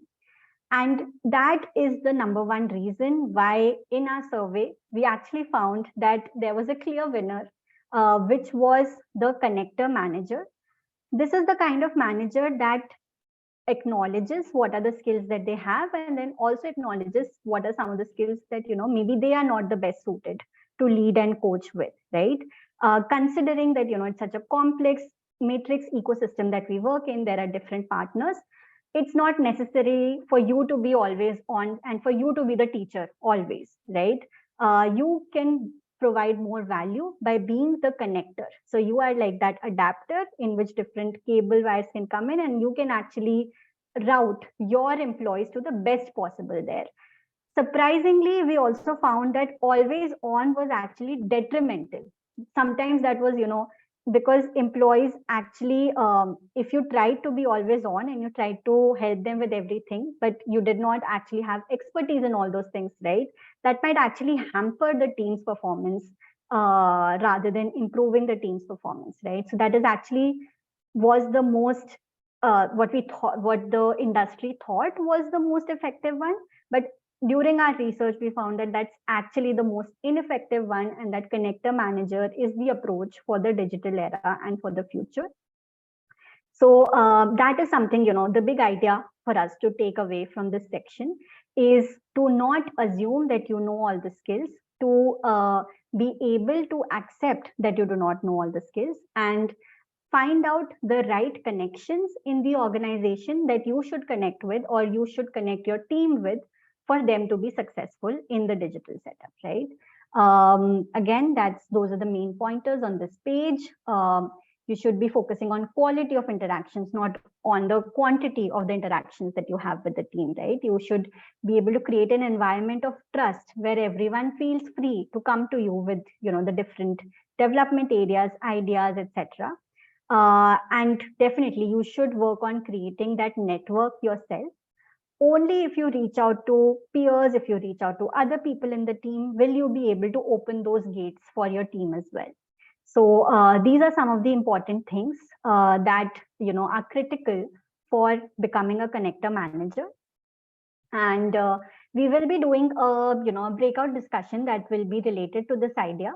So before we get into that, please feel free to ask me any more questions about this approach, or add your thoughts for the larger team based on what you learned from here.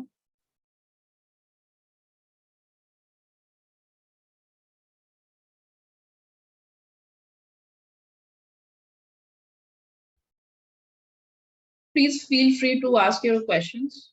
We would love to hear from all of you.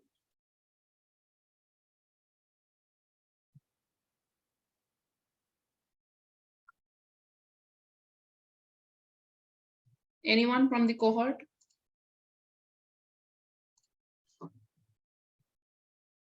Dennis, Ernesto, Fatima, Felisberto, George.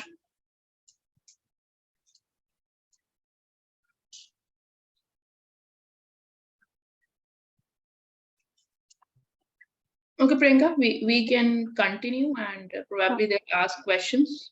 Absolutely. So we are anyway having an interactive discussion now where we will be, again, divided into groups, and we will be sharing some of this. So the situation here is that you are a manager in the creative team of a digital marketing agency, and your team, so the role of your team is to create a lot of the content that goes out for digital marketing. And internally, your team works with different teams like sales, content planning, etc. So different teams that you work with. Now you made a recent hire, but she is facing issues with meeting deadlines. So she is not able to complete her job on time. And you notice that while she is good at some parts of the job, like writing, she struggles with certain other parts of the job, like visual creation, creating graphics, etc. So this is the scenario that you have. Discuss within your groups, how will you lead her through this situation?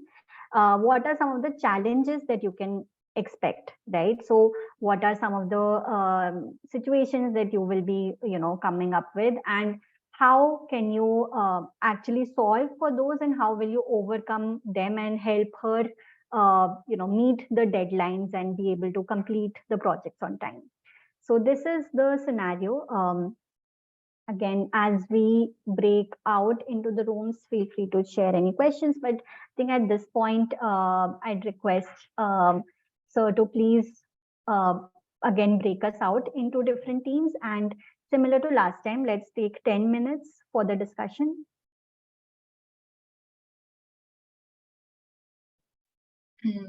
Maqsood, sir, please help in creating the breakout rooms again. Yeah, okay, ma'am. Again, 7 rooms. Each will contain 5. One room, there will be 4 participants. Other can contain 5. Okay. One question, Pallavi ma'am, how can I make this slide available to everyone in the breakout room so that they don't have to memorize it? Would it be available in the main? I'm not able to hear you properly. There is some network issue. Can you repeat? Can you hear me better now? Yes. Okay. I was just asking how we can make the slide available to everyone in the different breakout rooms. Would they be able to see it in the main meeting simultaneously? No. Priyanka ma'am, you can put your question in the chat so that I'm able to hear it. Maqsood sir, if you can hear, please. Ma'am, take us ma'am, out into- breakout in your PPT, you can't share in breakout room. Only Okay. main room you can share. Okay, okay. Thank you so much. If you want to share your PPT, you can go individually each Yes. room and Yeah, you can that- share. Yes, Okay. I think we'll do that. Okay. Okay, I see that most of the participants are back to the discussion. Okay, so now let's proceed with sharing our different discussions, learnings from the team. Last time I know I asked for a volunteer. This time maybe I'm going to pick one team from at random from all the teams. So if the representative from team 1 can come forward and share with us.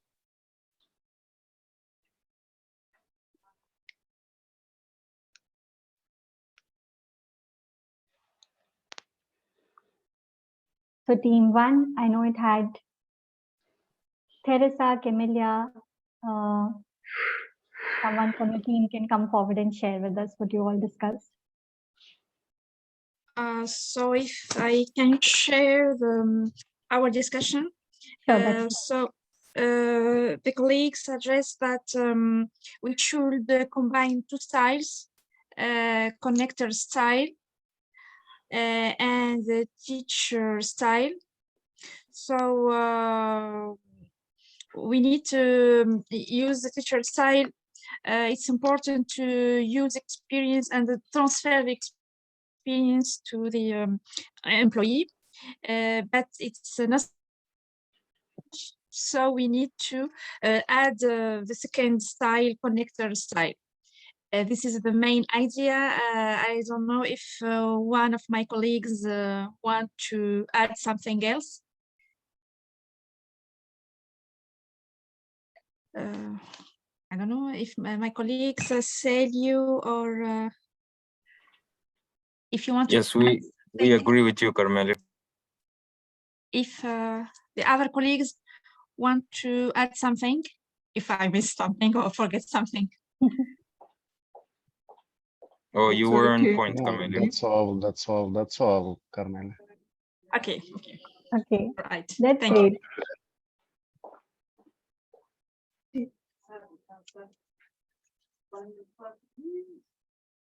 Yeah. I guess someone was sharing something.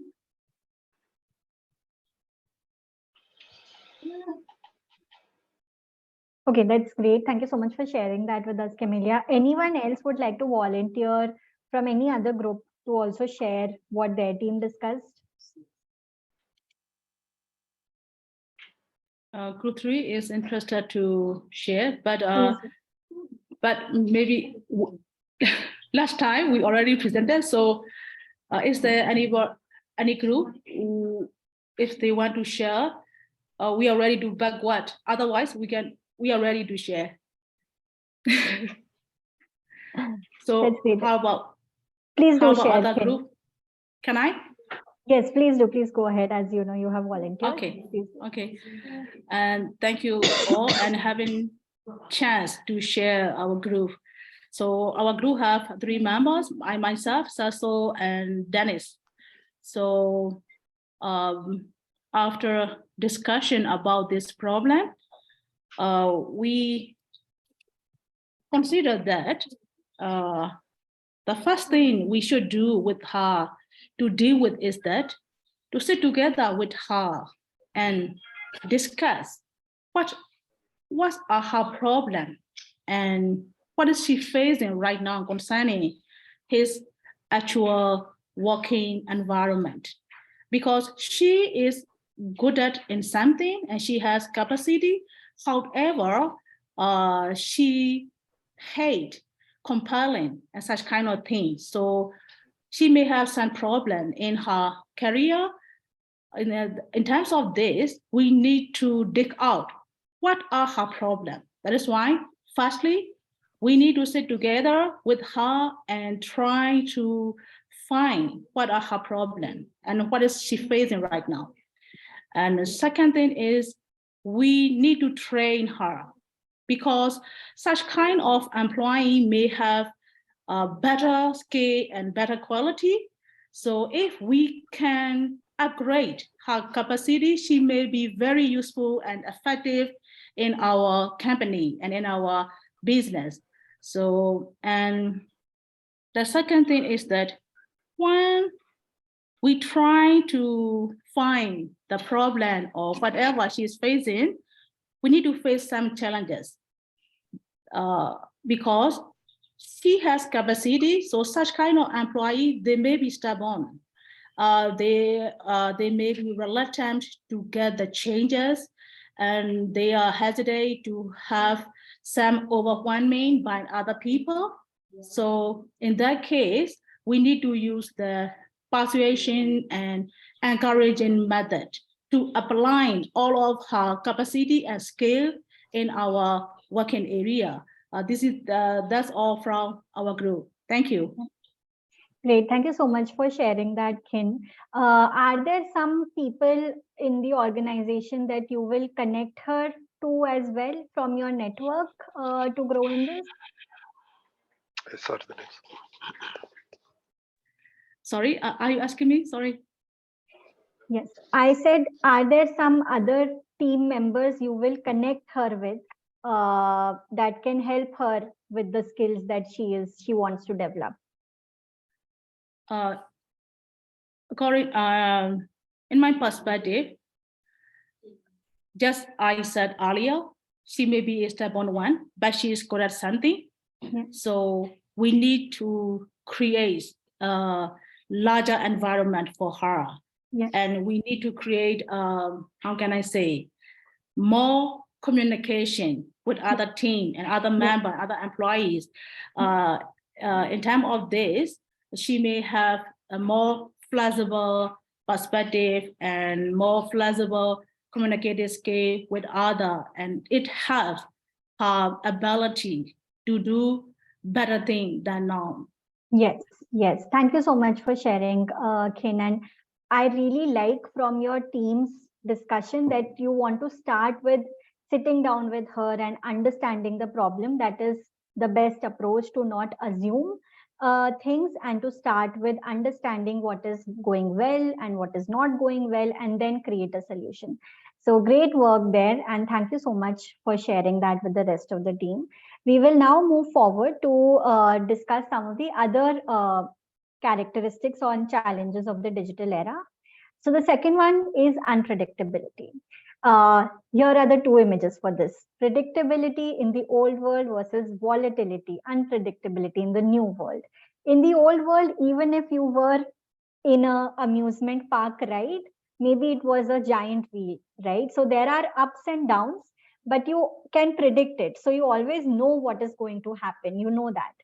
In the new world, I think it's more like a roller coaster, right? So there is, all the roller coasters are different from each other. At every turn, you do not know, if you're going to go up or down, what is the bend. So that is the difference between the environment then and the environment now. In the environment then, there were more knowns than there were unknowns in any situation. There were risks. There are always risks in business, but they were low risk and they were identified risks. And also there was a protection from external impact, right? Maybe this is pre-globalization, where if something happens in one part of the world, it does not impact the economy in the other parts of the world. But that's not true today. We know that any scenario that happens, any economic scenario that happens in any part of the world has the potential to impact the economy of different parts of the world as well, right? So again, a very recent example, again, that was the pandemic, where it started in one region, but it quickly had impact all over the world. So in this environment, the next leadership imperative we will be talking about is how quickly you can adapt to this new scenario. So how do you be an agile champion, right? And this is one quote that I really love around agility, because sometimes we tend to think that being agile means being fast. How fast can I, do something new? However, that is not the only thing.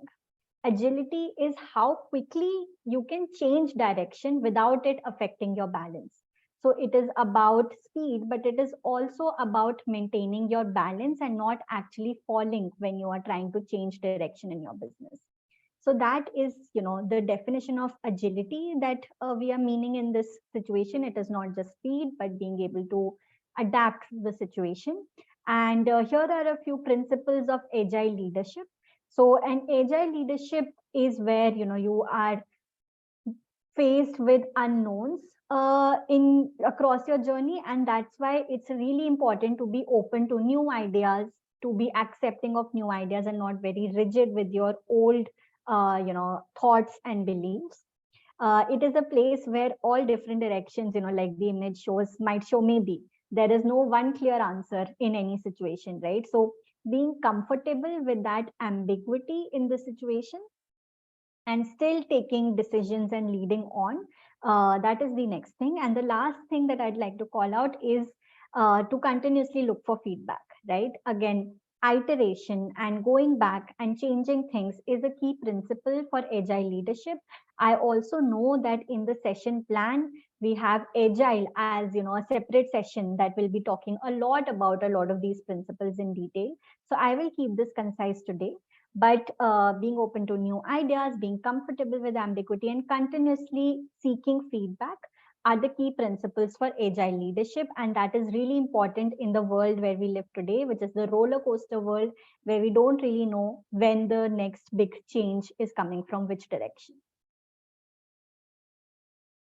So that is, so that is the definition and the second leadership imperative around agile thinking. If we get time, we will come back to the creative thinking exercise, because I think it ties in very closely with the principles of the agile and the creative thinking as well, right? But let's focus on the different other characteristics of the digital era that we will be talking about today. So moving on to the next one is the increased visibility and scrutiny that we face in our environment today. Now, if we look back to a few decades ago, it was more of a closed door policy, right? So the image on the left is of a manager sitting in their cabin, right, with a do not disturb.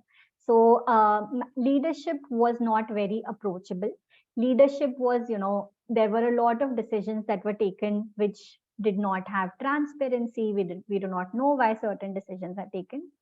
And that also led to leadership actually not being questioned about a lot of their actions, etc. However, on the right side, which is the new world, is the example that you see here. So if you know that Elon Musk has recently taken over Twitter, right? But after the acquisition, he actually put in place a lot of new policies, and most of them were not very well received by either the employees or the external media, right? So there has been a lot of debate and a lot of limelight that he has got around the practices that he's using. So there have been a lot of layoffs in the organization. A lot of people have at the leadership level been asked to leave the organization. There have been a lot of changes. There was news that people are having to work 24 hours. They are sleeping inside the offices in order to get the work done. And why do we sitting in different corners of the world know this? Because of social media, right? So any employees can now freely share that with anyone else in the world. You can share it on a big public medium. And that means that there is a lot more scrutiny and a lot more visibility to each action that a leader takes in the digital environment. It is no longer, within the closed environment of your company that everything happens. And that is why this is, an important thing to keep in mind as you develop, your leadership style as you go into the future, right? It's very interesting that Elon Musk also shared through a tweet, should I step down as the head of Twitter, I will avoid by the results of this poll, right? So that is, how much social media is ingrained and, how much public is actually weighing in on decisions that are being taken inside organizations. So with this, again, let's look at the comparison between the two. So in a shielded management world of the past, there was limited gossip, right? It was shared only through word of mouth. There was a culture of confidentiality. And that also led to low sensitization on social issues. So issues like diversity and inclusion, issues like how much is your company impacting the environment? Is it positively or negatively impacting the environment? About sustainability. Those issues were never in the limelight in the past as much, right? Whereas in the new world, you can expect all of that to be true. So this is a key characteristic and also something to keep in mind for digital leaders today. And that brings us to the third leadership imperative, which is to be an authentic leader, right? Now, what do we mean by an authentic leader? An authentic leader is someone who is not afraid to actually share their authentic self, which means share both their strength, but also their weakness, right? So you share your accomplishments, but you also share your failures with your staff. I think now, there is widespread realization that nobody is perfect, right? And in fact, trying to appear perfect will come across as, not genuine, fake, and, it will not build the right kind of environment that you want to create within your teams, right? So the third leadership imperative is to be an authentic leader that is honest in their conversations, that shares the entire picture and not just the good part of the story. And that's really important because anyway, that is, going to come out. It's not a closed door policy anymore. With that, let's look at one example of a really authentic leader, right? And how they have actually been able to show vulnerability. And that has only led to their popularity, right?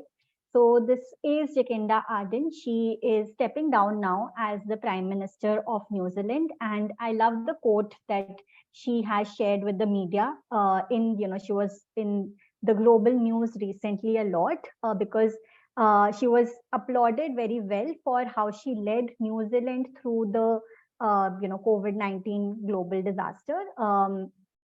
Their cases, etc., were limited. So she was really well appreciated for that. And she has also, being a woman leader, faced a lot of scrutiny from all across the world. So every action of hers was under the radar, right? So she has been in the public eye. And she says that, I know there will be a lot of discussion around the real reason for me quitting down. But interestingly, the only real reason is that I have been doing it for 6 years and that, I am also a human. And, we can, we continue to doing something for as long as we can. And for me, it's time, right? So it was a very honest declaration on her part to share that, now she thinks that, it is time for her to call quits on this. Maybe there is, something else that she would be like to do with her life. And, there are other issues that, she would be focusing on. And there can be, other people who can take on the job. But this was this and a lot of other quotes that, if you would like to go back and actually read and learn about, I think she's a great example of an authentic leader who does not shy away from sharing, their true emotions. And they share both their, both the successes, but also the challenges of the job, right? And also some of the failures and what have been their learnings from those failures. So this is, I think, a great example of authentic leadership, and that makes a ton of sense in today's environment. We see that leaders, again, who are more rigid, right, who do not accept their responsibility or do not accept their fault. Again, Elon Musk, I know we've spoken a lot about him today, but can be one of those examples, right? So he is actually getting a lot of negative press right now for the way that, he has decided to take some of the actions on Twitter, where people feel that, it was more of a top-down rigid approach that was followed rather than a democratic approach. It is a debatable issue. So I'm not saying that there is a right or wrong, but that is, the kind of comparison that we see between an authentic, vulnerable leader and a traditional leader in today's setup. I know I've been speaking for a long time now, but any questions that anyone has around this or anything that they'd like to share?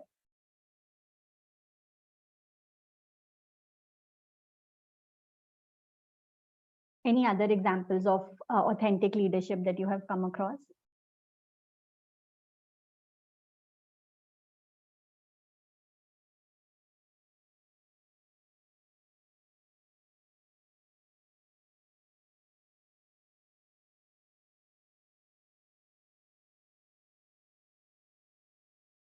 Okay, not, I will keep moving us forward. So yes, this is also a comparison between, like we spoke about the superhero leader versus the vulnerable leader, right? Again, it's not an always on and, a leader should know everything approach, but it's about identifying what are your strengths and weaknesses and being open to work with that with the team. So this is what we mean by authentic leadership. And there are some steps that we can all take to practice vulnerable leadership. Now, I know that vulnerable next to leadership is not, traditionally how we have thought about it. Leaders are always supposed to be strong. They are supposed to have the answers. They are supposed to, make, be the rock and the pillar.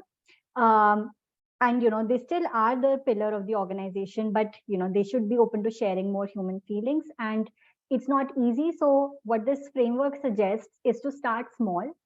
Maybe start with, just one colleague or one, member on your team, and share the authentic stories or insights with that one person and see how they are responding to, you sharing those ideas with them. Be aware of the situation. So for some situations, you might not want to share some ideas, and, for others, you might want to share more. So it's to say that, you should still be mindful of what the context is and then align your story appropriately in that manner. Once you are more confident of, the reception to a lot of, your authentic self, then you can scale it to larger groups.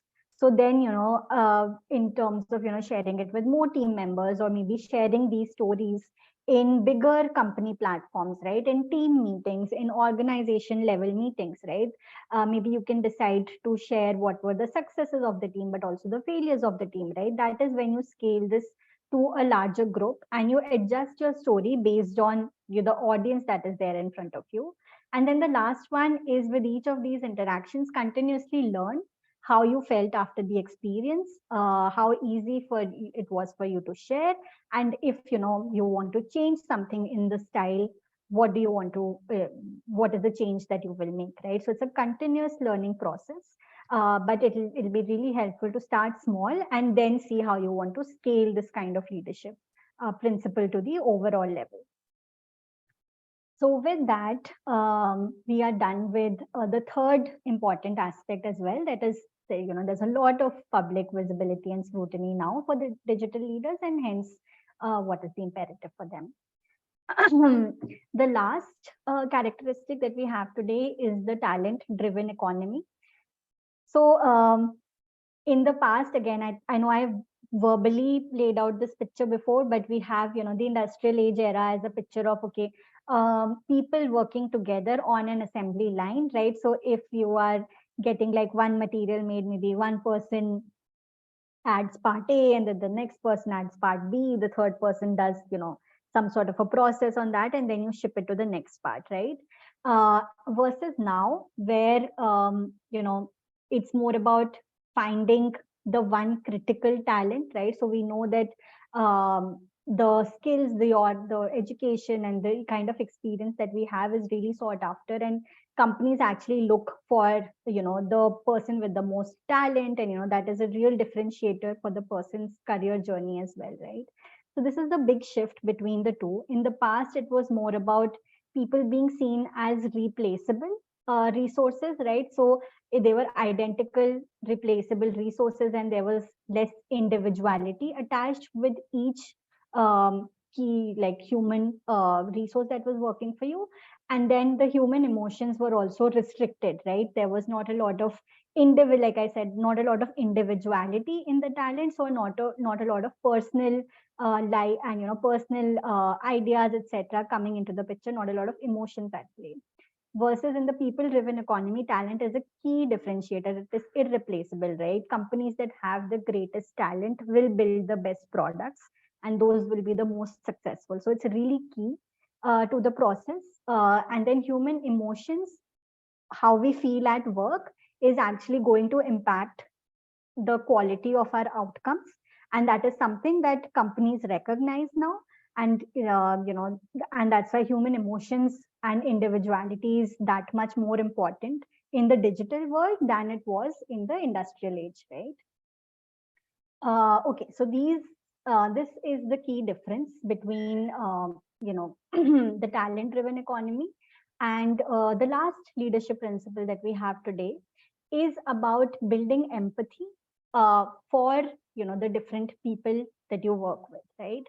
So empathy is nothing but the ability to understand and share the feelings of another person. So if you look at the image on the left, what you'll see is, the lady on the right has a lot of, it's a yarn of wool that is really complicated. And the lady on the left is actually, helping out with decluttering some of that and, putting, it into a structure, right?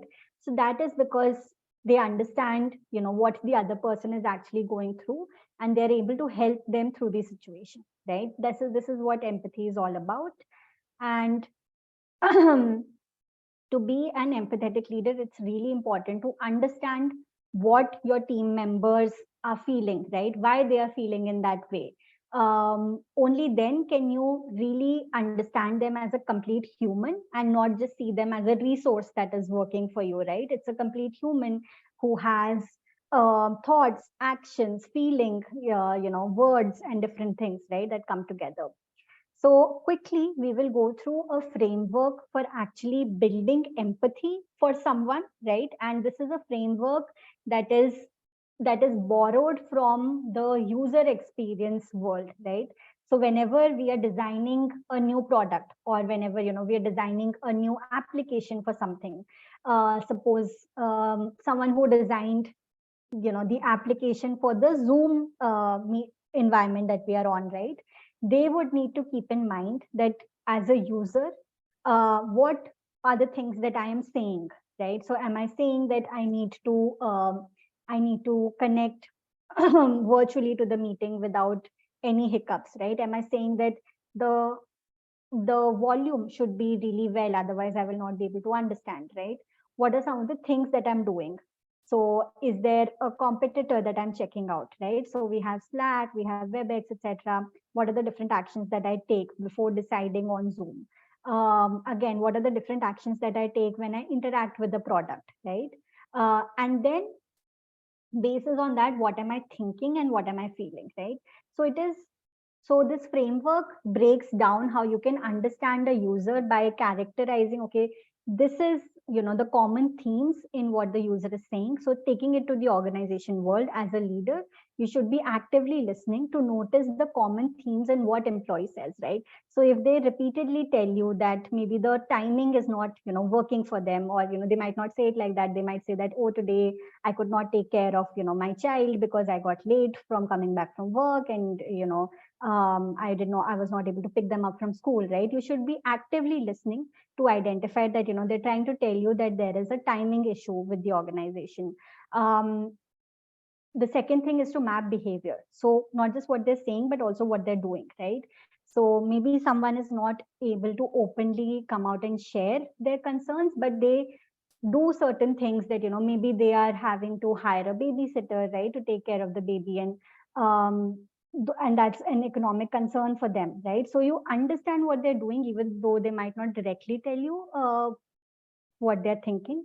And then the next thing is to ask the right questions, right? So you hear what they say, you see what they do, but only if you ask the right questions can you understand what they are thinking behind all of this, like what is the thought behind it. And then that is going to help you understand deeply how exactly they feel about a certain situation, right? So instead of going, just going very, I think this kind of structure, and if there's a particular person that you want to develop that relationship with, right? If you use a map like this, it can really help you get your ideas together in a very structured manner on a page. And that will actually help you build empathy with that person in a structured manner, so that you don't assume a lot of things, you are not confused in a lot of situations, but you have clarity about the feelings of that person. And that is the mark of an empathetic leader. So with that, this is the end of the 4 leadership imperatives that we had. I'll do a quick summary again of all the different things that we discussed. So there are 4 key characteristics of the leadership environment today. The first one is that there is, give me a second, there is a complex internal ecosystem, right? We are working in a very matrix environment now, and hence it makes sense to be a connector manager and not an always on manager trying to solve everything by yourself. There's a lot more unpredictability, and that's why you need to be an agile and an adaptable leader. There's a lot more scrutiny, right? And that's why you should be conscious of bringing your authentic self to the organization, and you should not really waste time in putting up a mask anymore. And the last one is that today's economy is a talent-driven economy, so you must build empathy with your talent if you really want to help them succeed in the digital transformation project, right? So with this, I think this is a good summary of all the different ideas that we discussed in the second session today. And we have just like about a couple of minutes more. So if anyone would like to add any other thoughts, any key takeaways from the meeting or any questions, I'd be very, very happy to take that.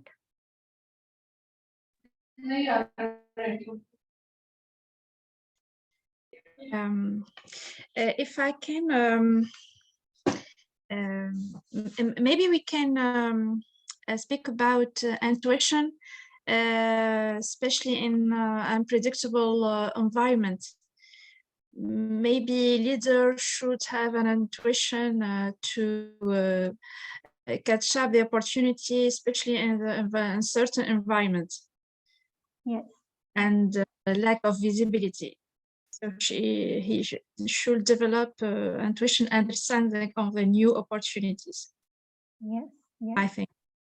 I completely agree. I completely agree with that point, Camelia. And I think where that might fit in this is the unpredictability, right? So because there is so much unpredictability, leaders should always try to build as much knowledge as they can, and that will help them. And since you can't know everything, your intuition will be really important in guiding you. Yes, because of lack of visibility. Yes, yes. Have you had any situations where you thought that that was really important, or have you observed anyone in a situation like this? With unpredictable environment, for example, for us, we use agile methodology.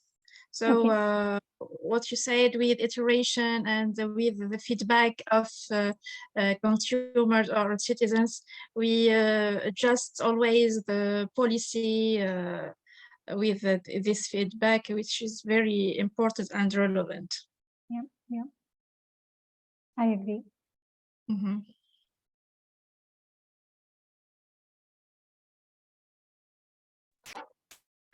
Hello. Hello. Hello. Yes. Yes. First of all, I would like to say thank you very much for your very informative presentation. For me, I am an academic staff from science subject, so these topics are not familiar with me. So sometimes like a connector manager, agile champion, these I don't know last time. But now I know and I understand, and how to say, I have I've got a lot of knowledge, and I know how to transform like the digital leadership. Thank you very much. Thank you. Thank you so much for sharing that. That makes me really happy. Made my day. If can I ask a question, Mrs. With uncertain environment and unpredictable, which behavior or skills can make changes sustain in the organization? Yes. So I think, like we discussed in the last session, the behaviors from that session, right, which were collaboration, creativity, and continuous learning. And that is for leaders and, everyone, applicable for everybody in the organization. So to your question of sustaining the change, right, you can make a change, but how do you sustain it? Is, Yes. I think, through, continuously learning, again, the iterative process, because new, things will keep emerging. That will be important. And, as so long as, you continue to go back and, question some of those things, I think that will help you sustain. And again, working together as a team and, bringing everyone together, I think that is going to be also really important in sustaining. Yeah. Thank you. So any other question from the participants? I know since from the morning we all have been sitting all together to listen this wonderful, insightful session. Priyanka, thanks a lot for being here with all of us and sharing your expertise to give us some good insights which could be implemented in our workplace. So I guess it's a time for a break of 30 minutes. Yes. Sure. Okay. Thank you so much. Thank you so much for the opportunity again. It was a great learning, session for me as well. And it was great to interact with all the participants and learn from their experience also. So definitely a lot of key takeaways for me. And again, thank you so much. It's been a really great, first half of my day today. So thank you so much again. Thanks, Priyanka. Thanks a lot. So let's wind up for 30 minutes. We will be meeting post 30 minutes after the break. See you thereafter. Thanks, Priyanka, again. Bye-bye. Thank you. Bye-bye. I welcome everyone once again to this third session of the day. The first two sessions were taken up by Ms. Priyanka Rana, who was a Senior Principal HR Research and Advisory from Garner, India. She took the session on the requisite behaviors to adopt digital transformation, changing leadership roles in digital era, and the issues and challenges faced by leaders in digital times. So in continuation to that session, we have this third session today, which is on data-driven decision-making, strategy for leaders, crisis communication and persuasion digital era. And to take this session, we have another expert with us, Mr. Chinmay Ananda. So we welcome you, Chinmay. Mr. Ananda is a financial educator, business storyteller, international speaker, and an author. He has done his BE, MBA, and CMA. Since 2014, Chinmay has trained and consulted over 2,500 business owners and non-financial managers on the subject business finance, and over 10,000 students in Australia, India, China, and Indonesia. Chinmay is known for the research on hundreds of failed businesses to discover common finance mistakes made in business that he has presented to the Australian Taxation Office, the Institute of Chartered Accountants of India, certified practicing accountants, and various industry associations and councils. His training programs are accredited by the Institute of Certified Management Accountants, Australia. He has also developed finance programs that are taught to MBA students in Australia and many other countries. He has served as a national treasurer of Professional Speakers Australia between 2018 to 21 and is an active Rotarian. He now offers a unique software tool through his new venture, Beehive Analytics Private Limited, that is exclusively developed to assist the top decision makers to make informed, profitable business decisions based on facts and not mere assumptions. He has also authored 2 books, Fundamental of Financial Statements and The Bottom Line. So we welcome you, Chinmay, and we look forward to a very insightful session. We've also had you on previous other sessions and we received a very good feedback on that. So our participants are really looking forward to yet another insightful session on data-driven decision-making. Over to you. Thank you. Thank you, Geeta, for that wonderful introduction. Well, pretty much I wrote my own introduction, but you made it sound more special. It's good to see that we have more than 20 participants post The lunch. rest of them would also be joining. Yeah. Okay, good to know. Good to know.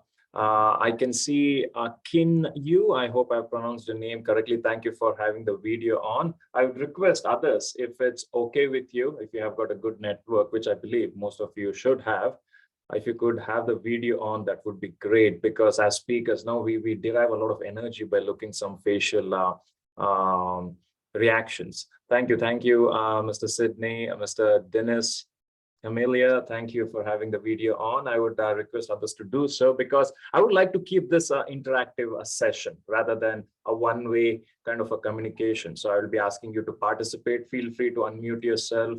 I hope they can do that, Geeta. Yeah, they can. Okay, They can. good to know.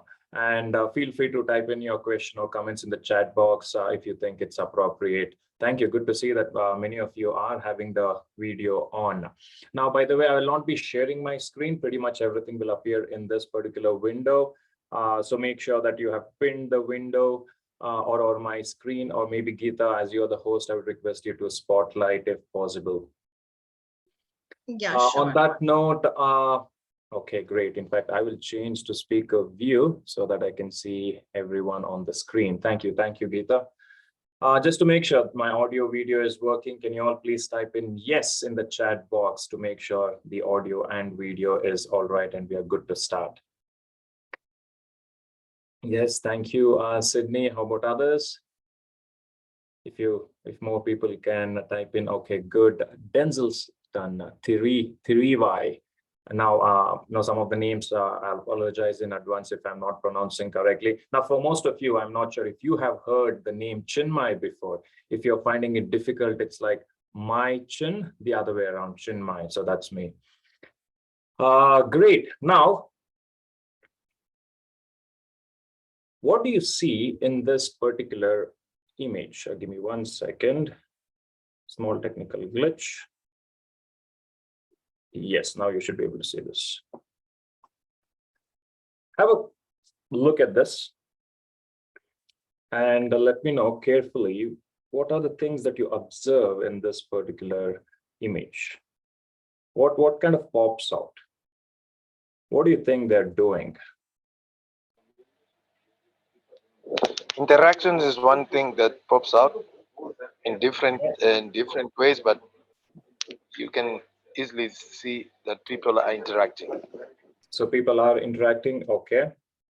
Do you know what they're doing? Do you know what this might be? Which location? It's probably an hospital, because they're Oh, washing yes, who their said hands. that? Yes, Sydney. Yes. Well, very rarely I get people answering this saying it's an hospital. Most of them say, look at them, how they have been dressed, not with the free suit, with the bow and kind of thing. So it might be an office environment.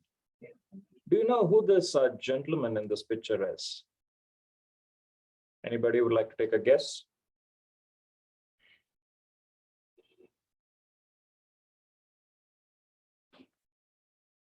Well, I know it's difficult to Google.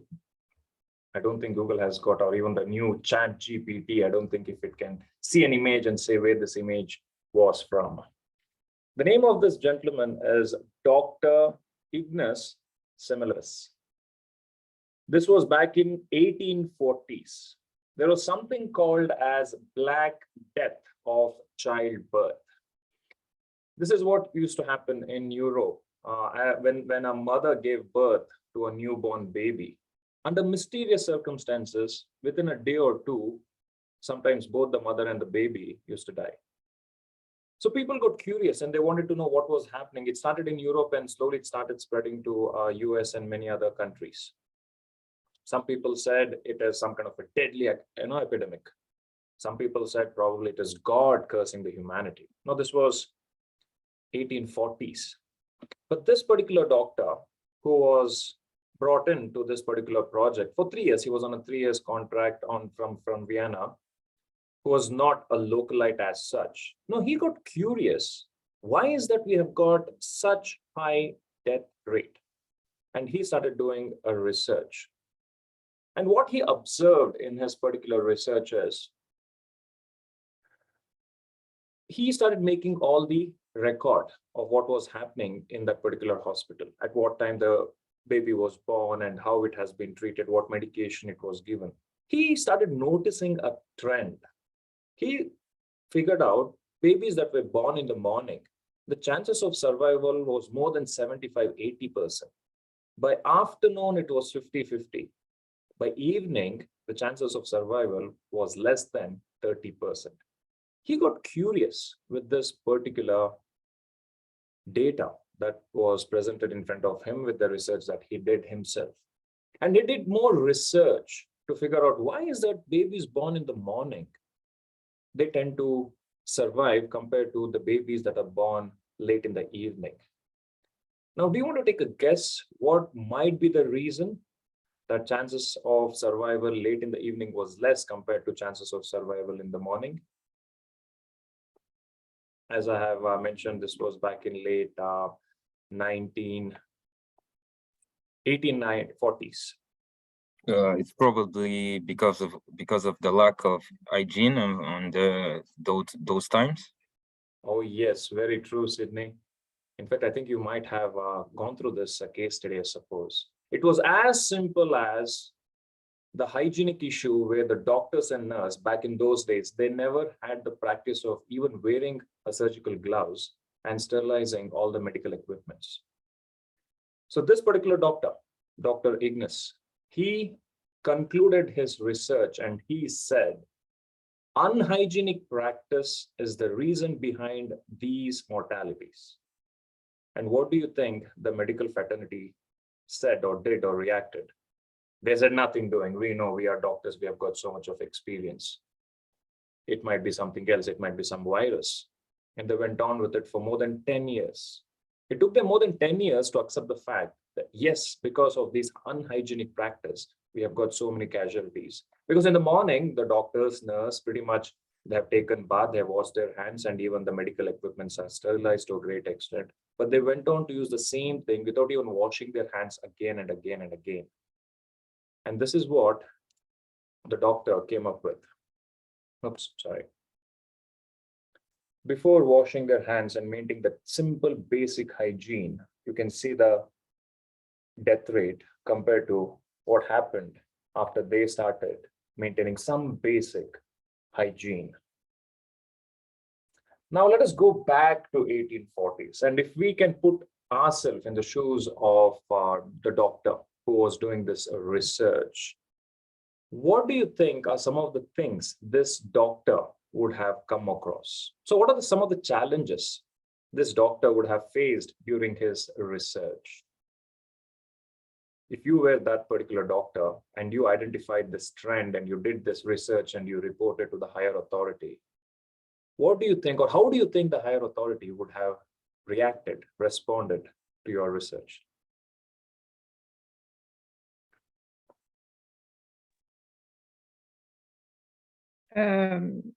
Maybe we'll discuss the credibility of the research. So maybe discuss the credibility of the research. Okay. What else?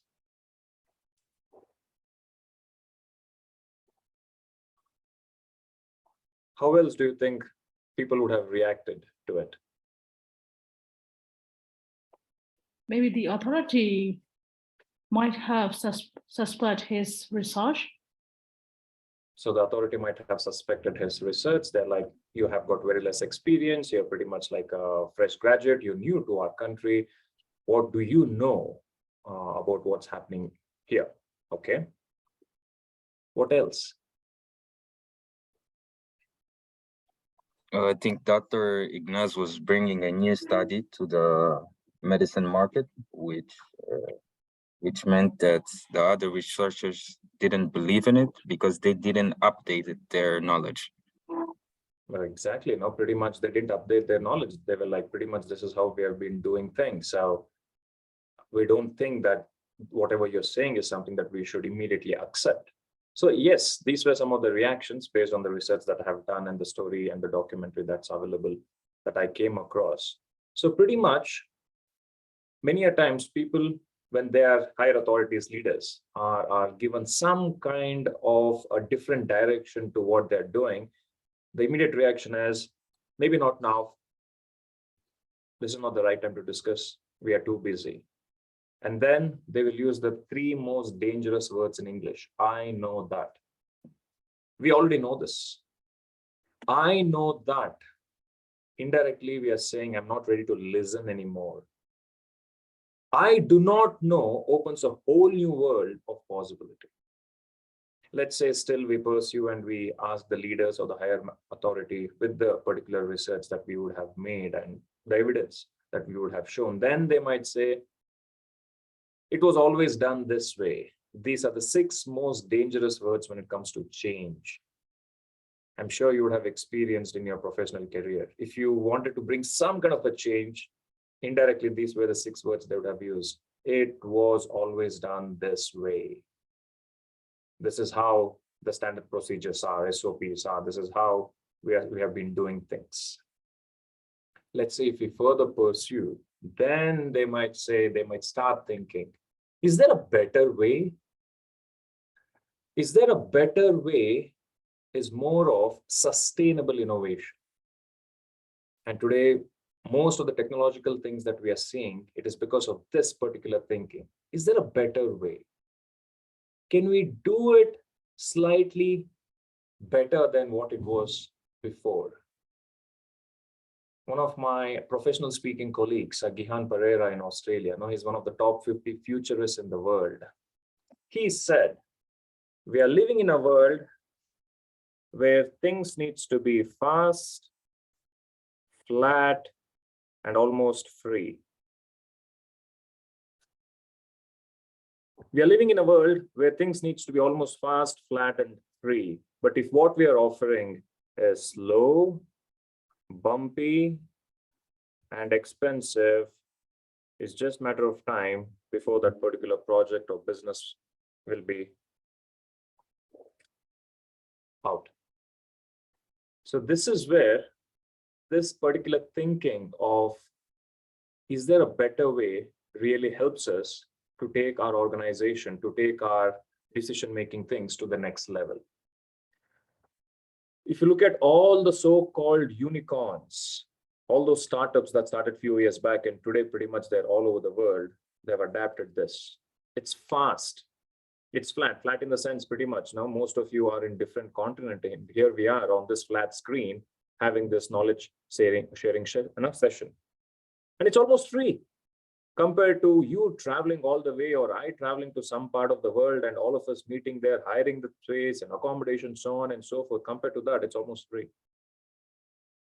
So this is what better way is all about. It's more about sustainable innovation. But if you have to come up with disruptive innovation, again, these terms, sustainable innovation, disruptive innovation, was coined by a person called Clayton Christensen back in 90s. He's a professor in Harvard. So the next way of thinking is there a different way? Different way is pretty much challenging the status quo. It is pretty much challenging what we are doing altogether. It's not about sustainable innovation. It's like completely disruptive. And this disruption can be done by anyone. And most often than not, if you look at what all has happened, it is always done by people who are outside the industry. One of my other professional speaking colleagues who had the opportunity working with Steve Jobs back in 90s, and when Steve Jobs was let go of his own company in 1996, now he was pretty much fired. All these people, like 600 of them, they decided to leave Apple. And he went on to become a consultant. And he was in touch with most of the multinational companies. And he said in 2000, he was invited by Sony for their annual celebration because they had the record sales when it came to Walkman. So Sony was like on the top of the world saying that, hey, no, we have done record sales and this is how we are entering the next century. And they had a big party. Now, because he knew what was happening in Apple, he told one of the main key decision makers, hey, do you know Apple is planning to launch something called as iPod? And they're like, forget about them. No, they're a computer company. They ignored the fact that Apple could disrupt a music industry. And we know what happened. Within 6 months, Sony Walkman pretty much became history because Apple, they could think differently. And that is what their tagline is all about, right? Think differently. So is there a better way? Is there a different way of doing things driven by data? And that is what today's session is all about. It's not about just trying to come up with creative ideas. Every single minute we can come up with a creative idea. However, can we come up with an idea driven by data? And most importantly, that has value. One of the best definition that I've heard about innovation is change that has value. As simple as that. Value from the consumer perspective, value from the customer perspective, value from the client perspective. Do you know who this person is? If you have been watching some Netflix series, I'm sure this might have popped up as a recommendation for you to watch if you're into watching real life documentaries or real life stories. Do you know who this person is? Would you want to take a guess?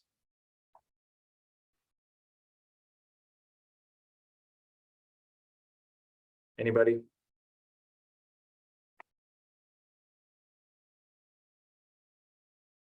Take a guess, it's all right. Let me give you a hint.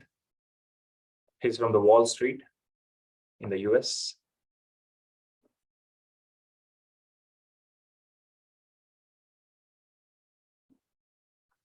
From the finance industry, investing money and helping people to make more money. His name is Bernie Madoff, the person who pulled off one of the biggest Ponzi scheme in the history of the world, which was to the tune of $65 billion, not million, $billion. And he did it starting from 1970s until the global financial crisis happened, where he decided to surrender himself. Obviously, when this was happening, other people were really curious, how is that he is able to generate consistent return to his investors? So they did a lot of research, they pulled a lot of data. And this particular gentleman wrote many articles, published it. His name is Harry Markopolos. This is after it all came to the public knowledge. He wrote this book. No one would listen. Back in late 90s itself, he was sending reports to SEC, the Security Commission in the US, the regulatory body, trying to tell them, why don't you further do some research, because the maths is not working here. There is something seriously wrong here. In fact, I would like you to quickly watch a short video. I will share the link because I'm not sure if I share at my end, if it is audible also. I've just shared a YouTube link. So please click on that YouTube link. It's just a 1.5 minutes video. It's from Harry, who in front of the commission is trying to tell the SEC what they should have done otherwise. 1.5 minutes. I will put my speaker on mute.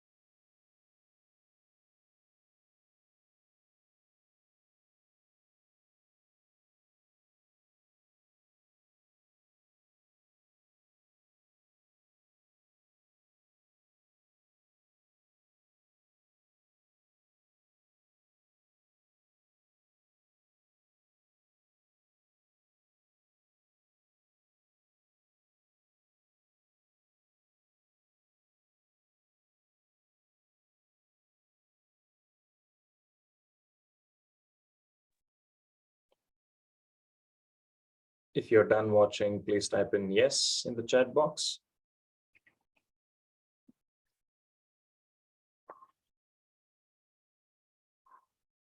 Thank you, Fatima. Thank you, Sydney. Probably I'll wait for another 5 to 10 seconds. Because sometimes those annoying 5 seconds ad might consume some time. Okay, great. Thank you, Salio, Nadia. So you saw that short clip where Mr. Harry had sent those letters, those investigations that he had done. And pretty much, I'm sure he would have faced whatever Dr. Ignas had faced back in 1840s. Why is that? In spite of the fact these hard evidence are presented, why is that at times the higher authority don't take it seriously? Again, from our experience in professional life, dealing with people, or sometimes I'm sure people would have suggested us many things, and we may not have taken them seriously. Why do you think this happens? Because they don't trust people out of their circle. Because they don't trust out of their circle. Interesting, very interesting.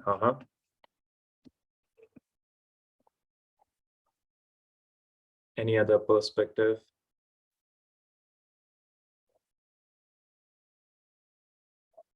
In fact, when I was in Australia, one of my known contacts was organizing a session, and he had invited a magician, a street artist, a magician. And he had traveled Europe, and he had seen how these street magicians sometimes, they pull off tricks and they ask you to bet, and how they make money. And there was something interesting he said. Usually people get cheated from people whom they trust. Because if you don't trust someone, the chances of we betting on them is very less. So it's like a double-edged sword. So this is where it all comes down to balance. How much is too much? Anyway, coming back to what we were discussing, it comes to one of the skills a leader should have, which is about listening, not hearing, listening. When someone says not now, indirectly they're ignoring us or ignoring the fact that someone is trying to suggest something different or better. And when they say, I know that, sometimes they pretend as if they're listening. However, they may not be really listening because they're not ready to change at all. And when they say it was done this way, they're giving a selective listening. They're kind of preparing themselves to listen and see, and probably they might float it around with some other colleagues. But it is only by attentive listening, some execution, something else happens. This is where we think differently. This is where we start to do things better, and probably check with other members in the team with regards to what needs to be done. And for that, we need this active listening skill. So this is one of the skills which I don't have to emphasize, because you're all leaders in your own domain, and I'm sure you have dealt with leaders. I'm sure you have led teams. This is not something that we can compromise. But the question is, are we listening, and are we open to the ideas that are floated around when it comes to changing and doing things differently? I'm sure you all have heard of this company called Casio. And this particular company, Casio, the people who started that particular thing, of course, they were from Asia. How they got that idea was back in 1970s from two employees who were working in Rolex. So these two employees who were working in Rolex, they approached the senior management and they said, hey, we have done something different. We have come up with a digital watch. And the top management looked at them and said, hey, we are Rolex. We are for the high end of the market. No, this is like a toy. This is more for kids, teenagers. And they completely shunned away their idea. It so happened in the coming months, there was this annual watch and clock exhibition, international thing that was happening. So these two employees were behind the counter of Rolex, and they had kept their, whatever they had come up with, that digital watch in the corner of that particular show. So two gentlemen who were passing by, Asians, I believe they're from Japan, they saw that and they're like, hey, what is this? And they were so excited to explain, this is how it works, this is what happens, this is how it is. And they went about executing it. Again, we have been doing things this way. This is how we do things. Stops innovation to a great extent, in spite of the fact there are proven data in front of us. Now, if we take a step back, all we are doing, whether in life or in businesses, I'm here, I want to go there. As simple as that. Let's say morning 8 o'clock, I'm here, 9 o'clock, I would like to go there to my office. The question is how? This might be the same thing in the organization that you might be part of. We are here as of now. By the end of this financial year, by the end of this calendar year, we would like to go there. The question is how? If I want to go from my home to my office, will I drive? Will I take a two-wheeler or a four-wheeler? Will I take Uber? Will I take public transport? How keeps changing? So how is more of a strategy? So same thing in any organization. When we say we are here, we want to go there. Somewhere what we have to understand is to understand why are we still here? Because more or less everything revolves around this. There is about the vision or the goal that particular leader has, or the person who is driving the organization has. Many a times, people end up having too many goals, which means too many targets. And this is where people are confused with regards to what needs to be done and what probably they should be focusing on. I'll be suggesting few books, maybe make a note of it. And this is one of the books I would highly recommend you to read at some stage. It's called 4 Disciplines of Execution. It's called 4 Disciplines of Execution. This is a book written by 3 or 4 authors. One of them happened to be son of Stephen Covey. As the book itself, the title of the book itself is saying it's about execution.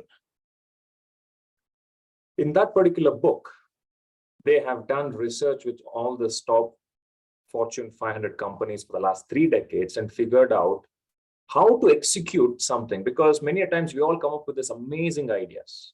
We come up with what needs to be done. But the question is how it needs to be done is answered in that particular book.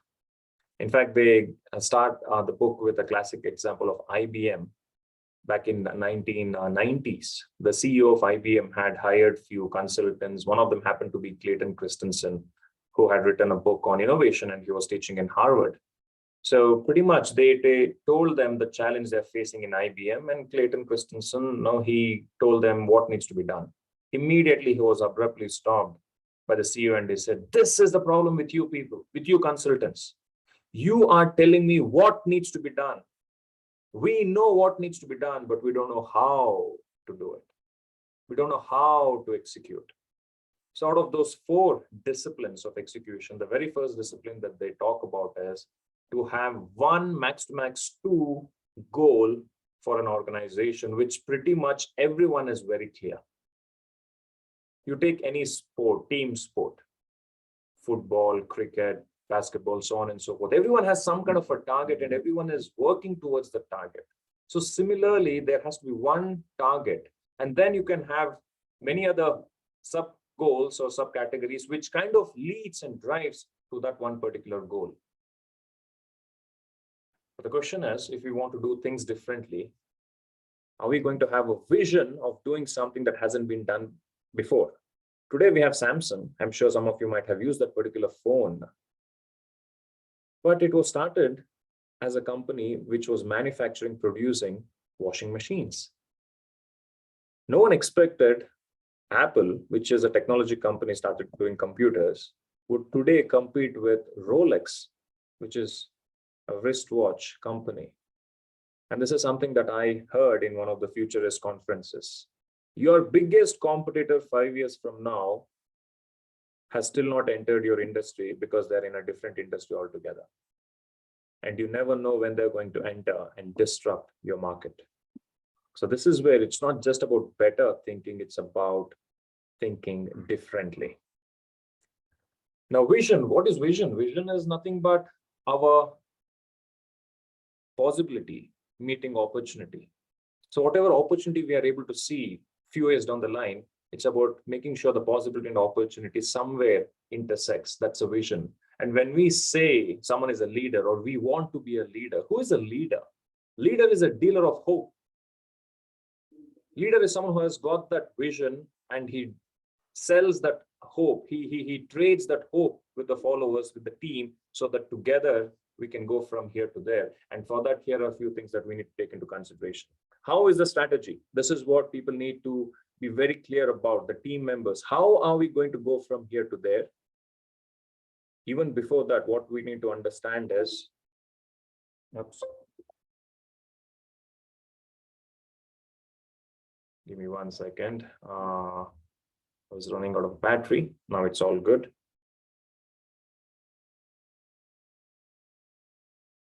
Oops, zoom. Sorry for that. Now coming back to what I was saying. Why is introspecting? Why are we still here? And here is accepting the fact, you know what? This is where we are. These are our strengths. These are our weaknesses. And then moving from here to there, first we need to know exactly where we are.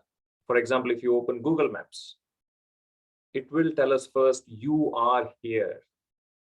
Now here shouldn't be just some fluffy words. To a great extent, it has to be from a finance perspective. If we are looking from an organization perspective, which is driven heavily by numbers.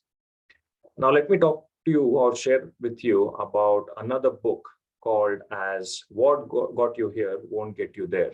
Highly recommend you to read this book if you want to step into a managerial role at some stage, and if you want to be on top of an organization at some stage. What Got You Here Won't Get You There by Marshall Goldsmith. Again, he consults to all the top Fortune company CEOs and people who are in the C-suite kind of a thing. As the title itself says, what got you here won't get you there, which means you're already successful in whatever you have done. With the kind of upbringing, with the kind of education you have done, there's so many things you would have experimented, played with.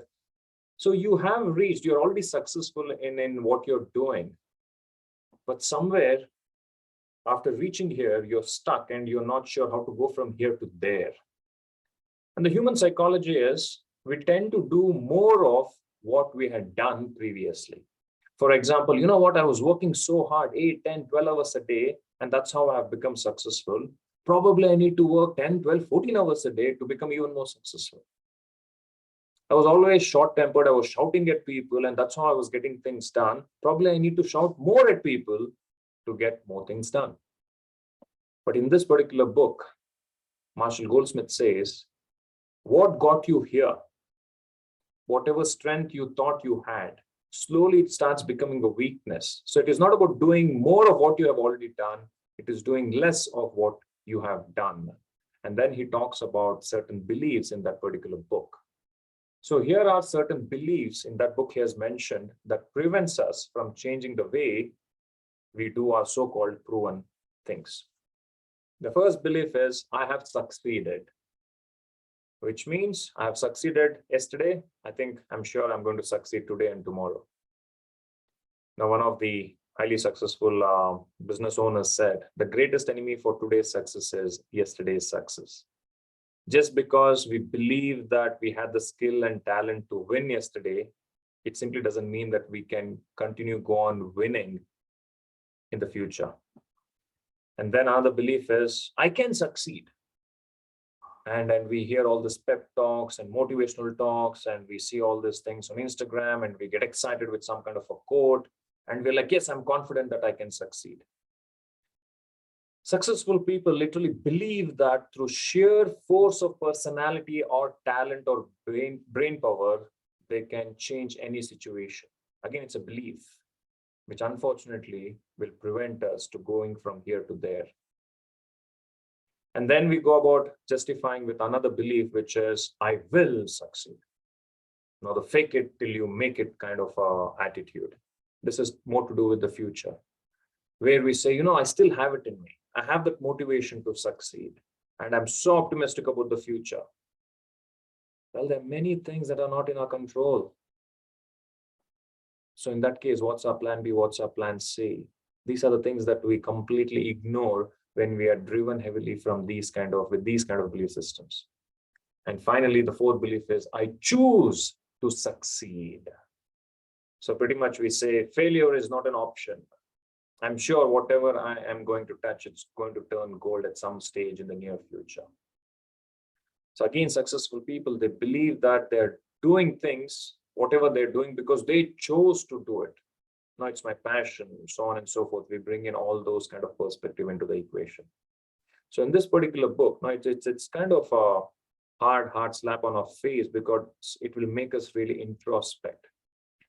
And in the book, he says, unfortunately, getting successful people to think, I have chosen to succeed, to say, I choose to change, is not always an easy transaction or a transition. Because they're so heavily dependent and they have the behavioral thing from the past, and it's so difficult for them to let go. So this is where getting them to transition from I have chosen to succeed to I choose to change is always a challenge. If we are not comfortable with delegating, I'm sure we can relate to this. We'll try to do it ourselves on behalf of someone else. Because it's like hook or crook, we have to succeed rather than we changing our own personality and behavior. Again, another eye-opener in this book was when I read this. He said, the higher you go, the problem is more about behavioral things rather than the way we do things. It's more to do with the behavior. So one of the greatest mistakes of successful people is the assumption that they have, and here are the assumptions. I'm successful, so I behave this way. I must be successful because I behave this way. I would like you to read the sentence once again. I behave a certain way and have become successful, so I think I have to behave the similar way to become even more successful or still remain successful. The challenge is to get these people, get these leaders, get these successful people to make them realize, in spite of my behavior, I became successful. And this behavior becomes our biggest barrier going from here to there. In spite of the fact we might have all those heavy data and pretty much all the evidence in front of us, which we saw, whether it is with Bernie Madoff or with that particular doctor who had all the data in front of him, but couldn't really convince the higher authority. The reason I'm sharing all of this is at some stage, if not now, I'm sure you will all be in that leadership role at that particular stage. Can we be aware and conscious of these behaviors?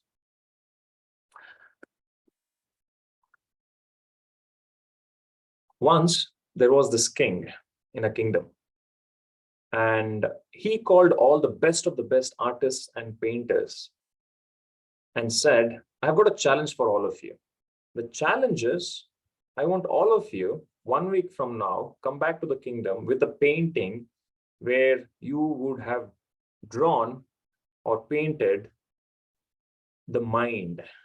And people said, you want us to paint a picture of the mind? He said, yes. And they were a bit confused. They're like, how can we draw or paint a picture of the mind? Mind is not a physical entity. And King said, that's your challenge. Now off you go. So many painters, now they started tapping into the creative side, and they had all this creative thing. And I'm sure if you have seen some of those paintings where it doesn't make any sense, all those kind of paintings was presented in front of the king after 1 week. So the king was going through each and every painting and was getting more and more curious. And there was one painting that caught his attention. There was someone who had painted a picture of a door. The king got curious and he's like, who drew this? A painter came running and said, it's me, my majesty. The king said, I asked you to draw a picture of the mind and you have drawn picture of a door. For that, the artist said, with all due respect, my majesty, for me, this is the picture of the mind. The king said, but there is a problem. What's the problem, my majesty? I don't see any lock here. How can people unlock and open the door and go inside? For that, the painter said, with all due respect, my majesty, this is the picture of the mind. It has to be unlocked from within. So this is where, as leaders, it is not about the motivation that we get from external source. It is more about the inspiration. And that starts by introspecting ourselves and knowing our strengths and weaknesses, and also understanding at what stage our strengths will become slowly our weakness. Because those will have those solid belief that we have just discussed, which will stop us from looking at things differently. Alvin Toffler, a very successful and a very well-known person when it comes to media communication, who built several companies in the US back in 80s and 90s, he said, an illiterate person in the 21st century is not someone who cannot read and write. An illiterate is someone who is not ready to learn, unlearn, and relearn. Most of the time we are learning new things. Yes, that's very critical. However, somewhere we need to learn, to unlearn, and relearn. Because this is where our strengths would have become slowly our weakness. What do you think this picture is? What do you think people in this picture are doing?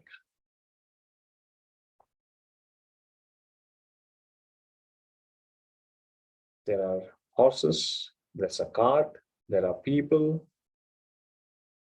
It has snowed. What do you think these people are doing? They are trying to carry something. They are trying to carry something, and that something is, if you can carefully see, it's ice. Yes, the problem is the calf. It doesn't have any wheel.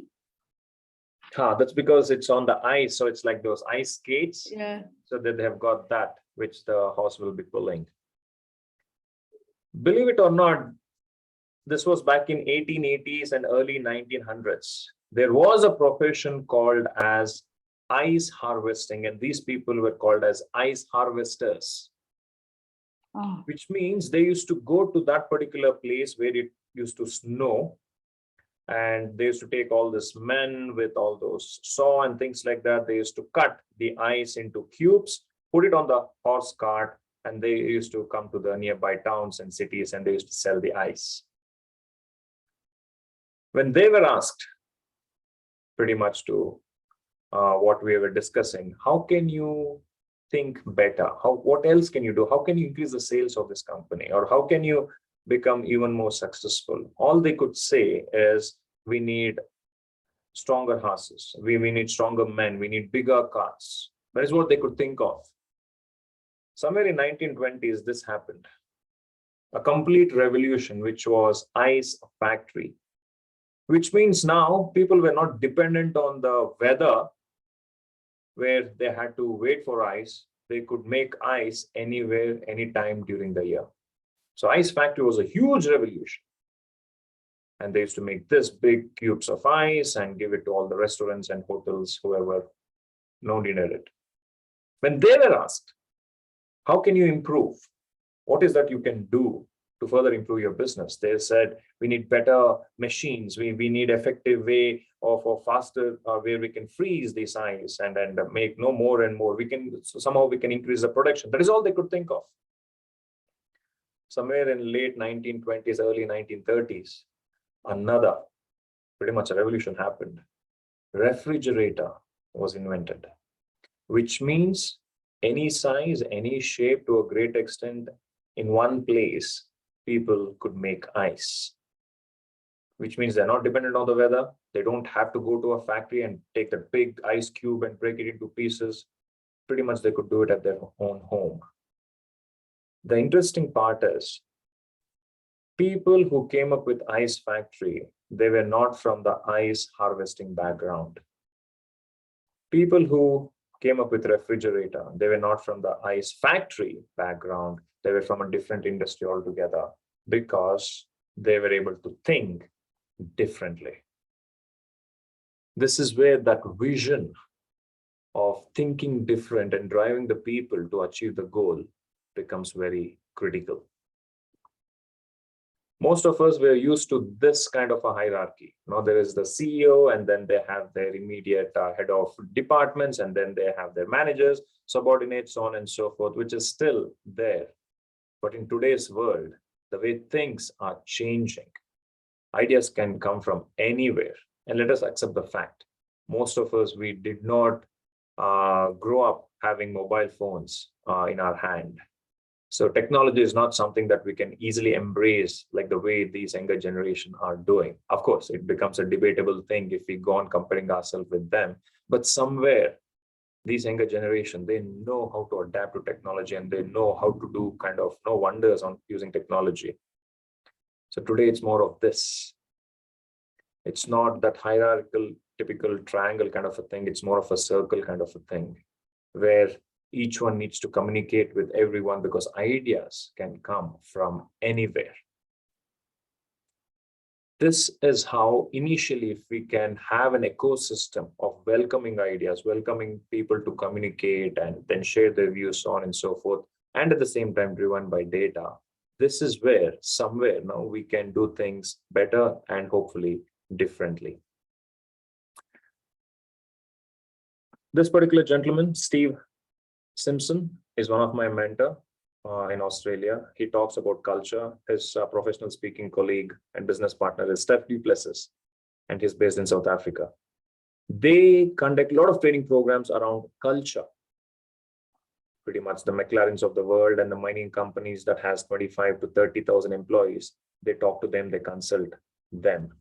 They came up with this interesting fact or interesting study, where they wanted to measure and understand having soft skills and hard skills and see how most of the team members, the employees, fit. So soft skills here in this case is more about how someone fits into the culture of the company, how they can effectively communicate and then be that team member who is like more or less like a team player. Hard skills is obviously the technical skills, how good we are at a particular job. If we are an engineer, how good we are as a civil engineer or electrical engineer or mechanical engineer or software engineer, so on and so forth. Not technical skill, hard skills. People who are good at both technical skills, hard skills, and at the same time they fit well within the culture of that particular organization, pretty much they're known as role models. I'm sure you would have come across few people, or you might be that person, and people would be saying, this is how a team member should be. This is how an employee should be. These are the people that we want. We need more of these kind of people in our organization, because they're trying to tell others this is how one ideal person should be. They're good at what they do. They fit well within the culture of the company. Someone who is good at what they do, however, they don't necessarily fit well within the culture of the company, we call them as prima donnas. You know, prima donnas, if you have seen the orchestra, there is one person who is doing this and controlling all the musicians, and the limelight is on them. So these people, they always want to be in that limelight. They want to be seen, they want to be recognized. They're good at what they do. Don't mistake me. They're good at what they do. But unfortunately, these are the people who will not reply to urgent emails, to urgent messages. They don't show up on time when you have this critical meeting. You can't really fire them based on performance because they are performing. However, when you put them in the team, the morale of the team goes down. Then we have people who are very good at fitting into the culture of the company, but they don't necessarily learn things quickly. They take their own time. Probably you need to repeat 2, 3, 4 times, and slowly they get a hang of what needs to be done in that particular role. They are team players. Now, these are the people. Let's say someone has not turned up to office. They will be curious to know what happened to them. If they're not well, they'll give them a call. They will ask if everything is all right at home. These are the people who will give the shoulder to someone else. You can really rely on them for many things outside work. However, they will take time. They need more training to really understand what exactly they need to be doing. People who are not good at what they do and they don't really fit well within the culture of the company, they're wrong recruits. They shouldn't have been recruited in the first place. From your experience, being part of different organizations, working with teams, Out of 100%, how much percentage do you think, usually on an average, you will have role models in a particular team or in an organization? Out of 100%. Feel free to unmute yourself, or you can type it in the chat box. What percentage out of 100% do you think fall under the role models category?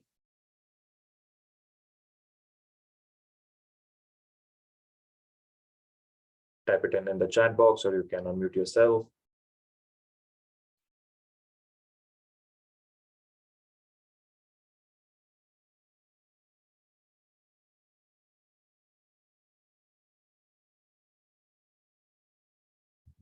Anybody, you want to take a guess? What percentage do you think? It's 5%, 10%, 50%, less, more?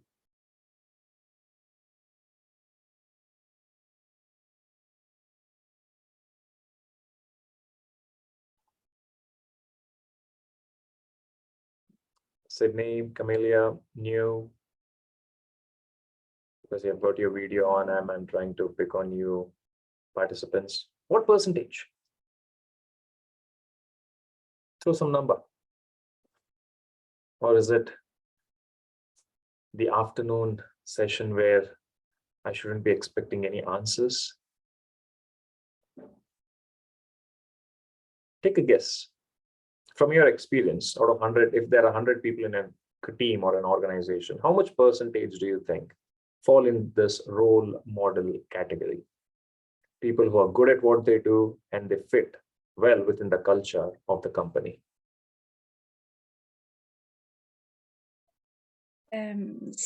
Sorry, if you could redefine role models or explain more the role models. Okay, so someone who is good at what they're doing. So let's say it's a software company. So obviously in a software company, we have to have people who are software developers. So that's a hard skill, that's a technical skill. And in the back end, let's say you have accountants, you have admin team. So these are people who need some kind of a skill to perform a task. So that's hard skills. Soft skills is how they fit into the culture of the company.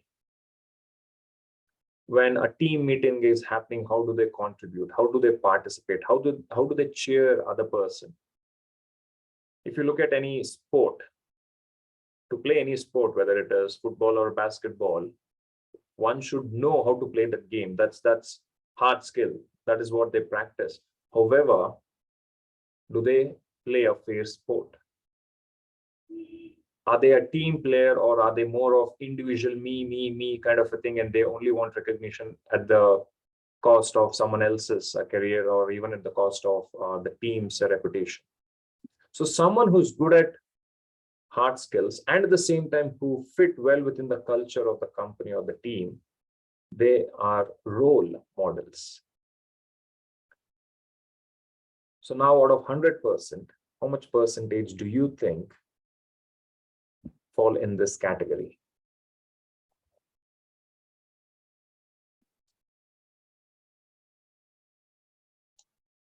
I think a minority, if I'm not.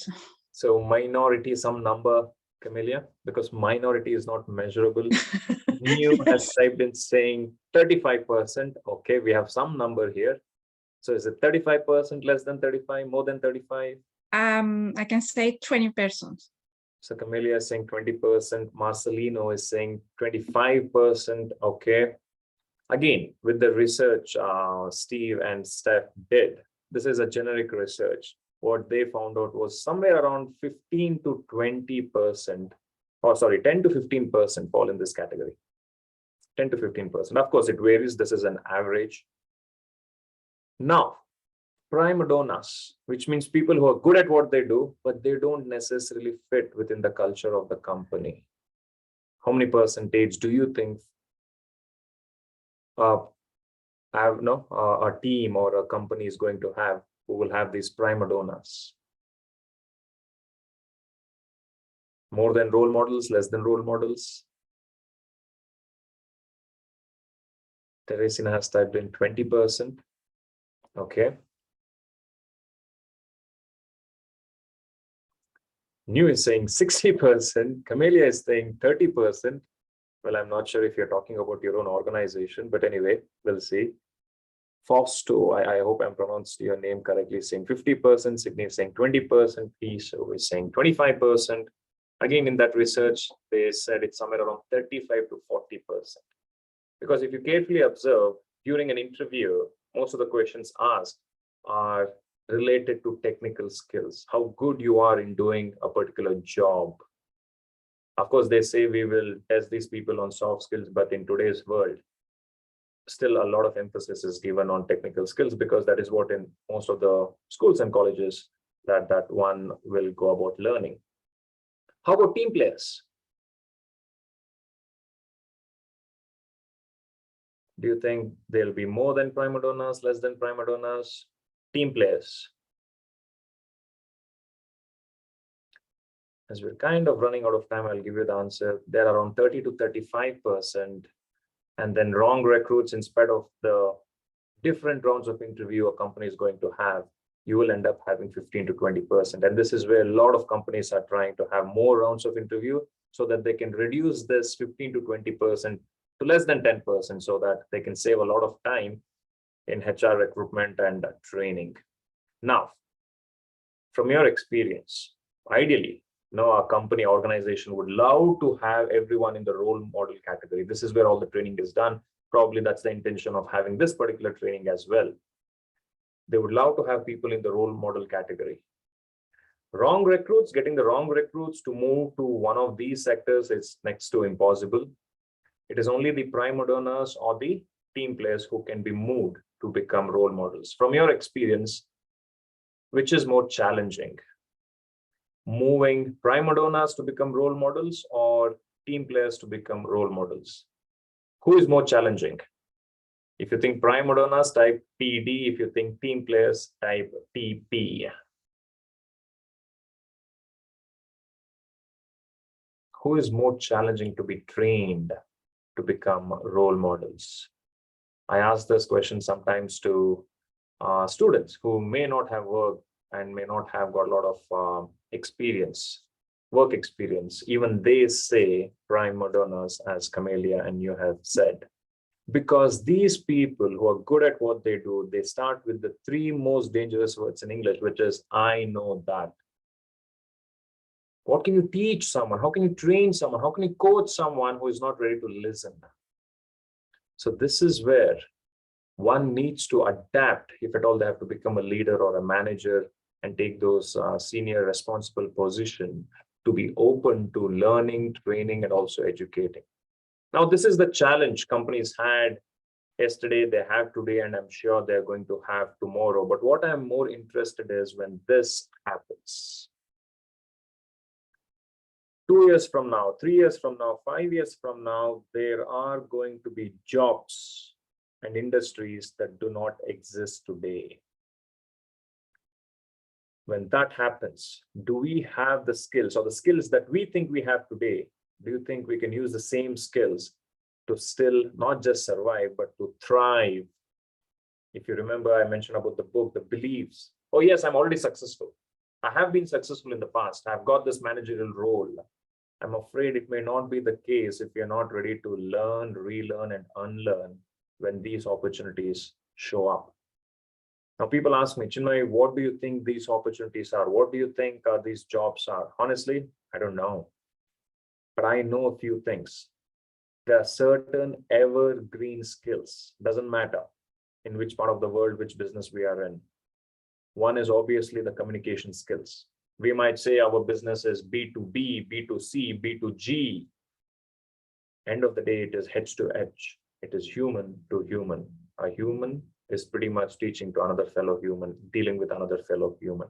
As Sydney said a while ago, trust needs to be built with that person. And it is only through communication, effective communication.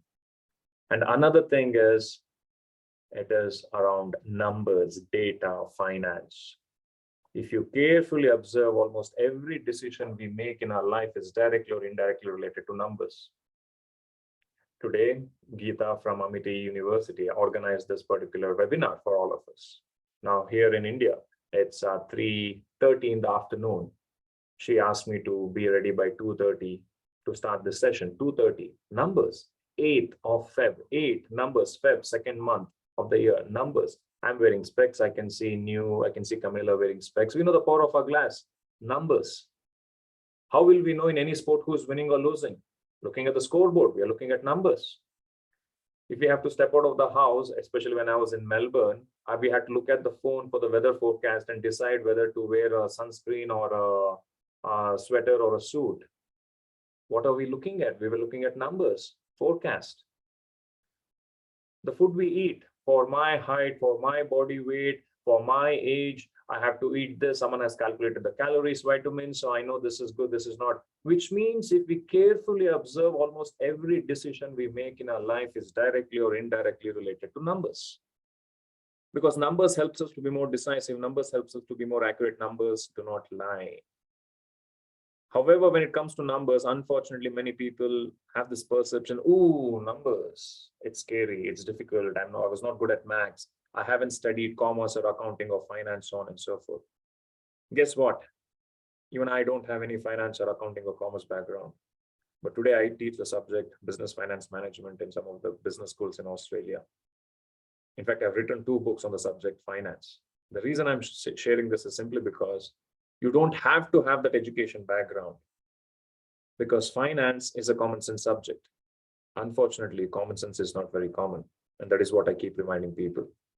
So I try to educate people on the subject finance by bringing this element of fun into it. So let me quickly help you understand finance, the basics of it, the fundamentals of it, by comparing it with the game of football. Now, I'm sure you have watched football, you might have played football, soccer, the game where people kick the ball between 2 poles. That's the game I'm talking about.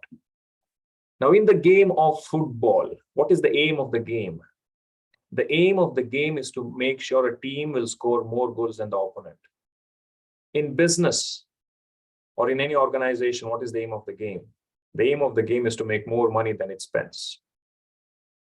In football, whenever someone scores, there is someone who is recording it. And what do we call that person? We call them scorer. In business, whenever a financial transaction happens, and many people go, oh my God, there are hundreds of thousands of financial transactions. If there is one thing that I would like all of you to take home today from this particular session is this, make a note of it. There are only 4 things that can happen in any business. Doesn't matter whether it is a for-profit, non-for-profit, government, doesn't matter what department it is. These are the only 4 types of financial transactions that can happen, even whether it is finance or personal finance. Ready? Money comes in, money goes out. Money is supposed to come in, money is supposed to go out, full stop, period, that's it. These are the only 4 types of financial transactions that can happen in any organization, small, medium, large, it doesn't matter. Whenever one of these financial transactions happens, it has to be recorded. And what do we call that person in business who records these transactions? Quickly, someone, if you could unmute yourself or type it in the chat box. What do we call the person who records these financial transactions on a day-to-day basis?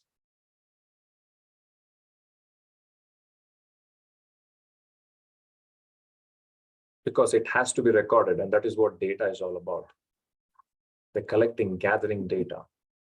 Whenever money comes in, money goes out, money is supposed to come in, money is supposed to go out.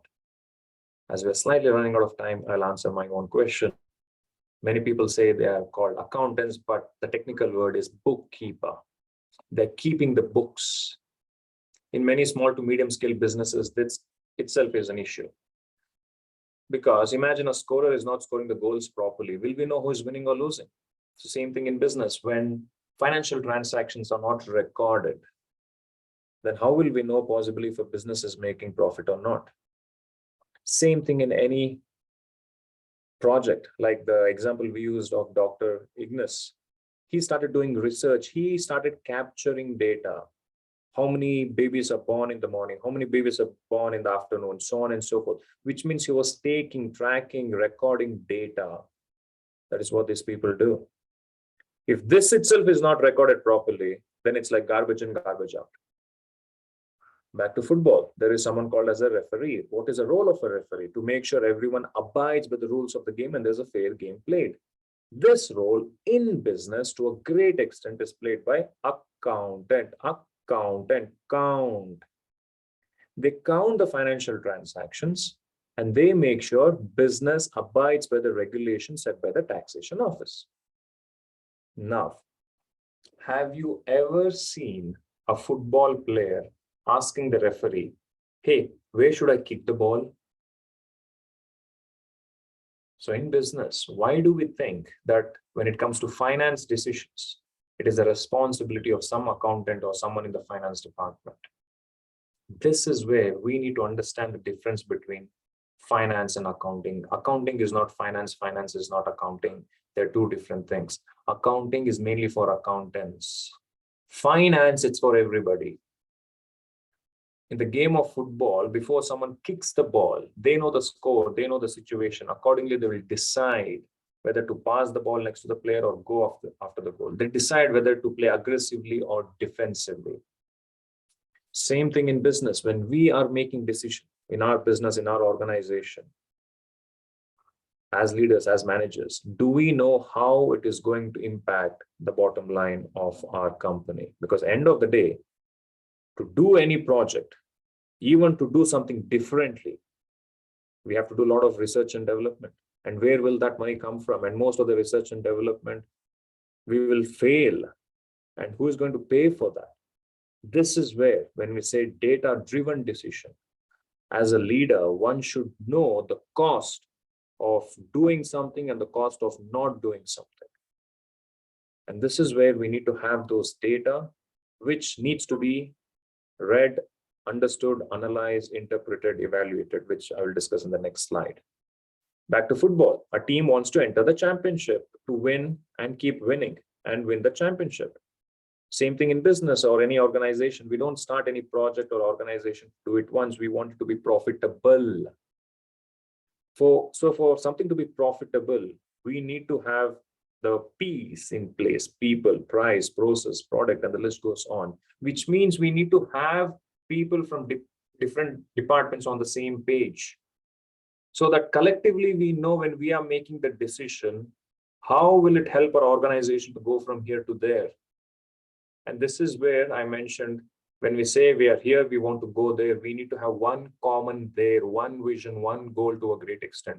So collectively we strive to take the company or organization over there.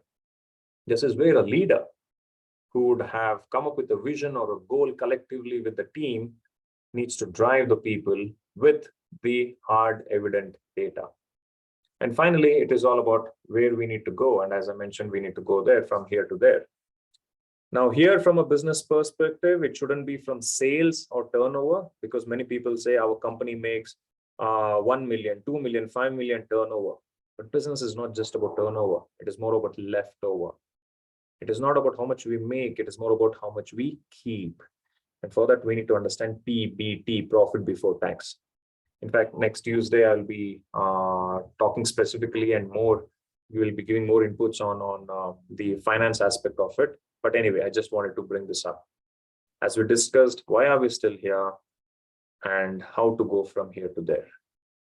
So to a great extent, what I have observed interacting with more than 7,000 key decision makers in Australia, India, China, and Indonesia is all these top managers, top leaders would like to know three things at any given point in time. One, where is our organization as of now from finance perspective? Which means they need to know numbers, data. Two, they would like to know, why are we still here? Which means, how did we get here in the first place? What are certain things that we did that worked, certain things we did that did not work? This is where we need to introspect, analyze what happened. And common sense says, let us do more of what has worked, so we better improve. And if at all we want to do something different, what is the cost of doing that? What if things doesn't go according to plan? What is a plan B, plan C?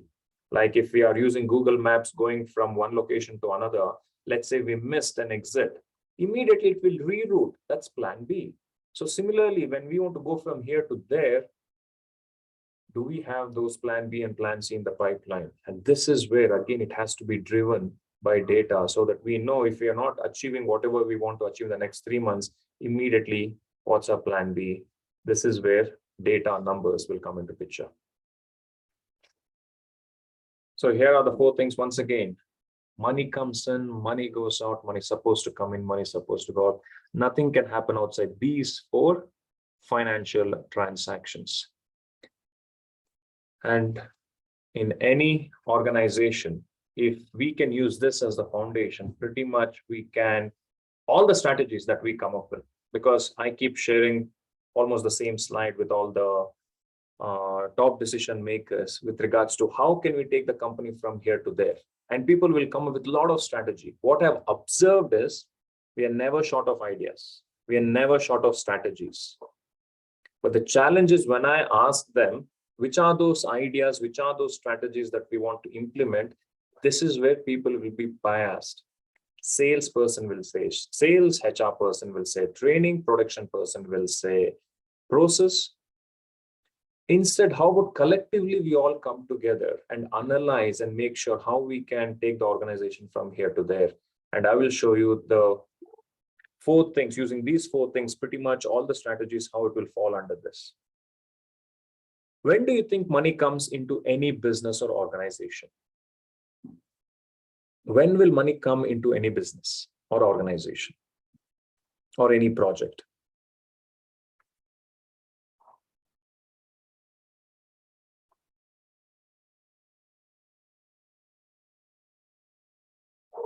So when will money come in to any business?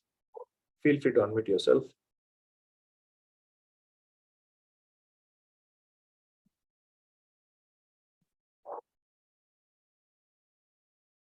I know most of you are from the government sector, but still somewhere now the government will have a budget. And how will a government go about making money? By collecting tax. So somewhere any business will make money by selling something through sales.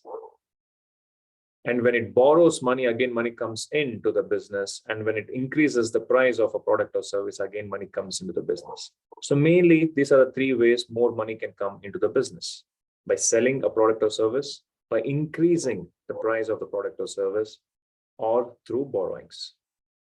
When money goes out, only 2 things will happen. Either it becomes an expense or it creates an asset. As simple as that. Even in personal finance, when we pay rent to the landlord, it's an expense. However, if I have taken loan from the bank, I've got a home loan, slowly it becomes an asset. Money is going out, but now it is becoming an asset. So same thing in any organization. When money goes out, either it becomes an expense or creates an asset. Money is supposed to come in is nothing but customers are supposed to pay. Money is supposed to go out is when the organization is supposed to pay to their vendors or suppliers. Now, when it comes to sales, should it go up or should it go down? Obviously, common sense says sales should always go up. When it comes to pricing, should it go up or go down? Because of the inflation, ideally it should go up. And at the same time, one should make sure they are showing value. Because if it increase price without showing value, then people will not apply. Borrowing, should we borrow more money or less money? Now people ask me, should we borrow more or less? Should we have more assets or less assets? It's like asking, is it good to have high blood pressure or low blood pressure? It should always be balanced. And this is another key thing a manager should be doing, which is balancing. To a great extent, we need to use OPM, other people's money at the lower interest. Expenses, ideally, it should be in control. We have to have less overheads and justify return on investment. Assets, again, it's more of balancing the performing and non-performing assets. Same thing with receivables and payables. We need to receive money fast, and hopefully we can negotiate a good term where we are paying later. So all the strategies driven by data that we would have received somewhere directly or indirectly will come under these 7 levers. So using these 7 levers, we can take an organization from here to there.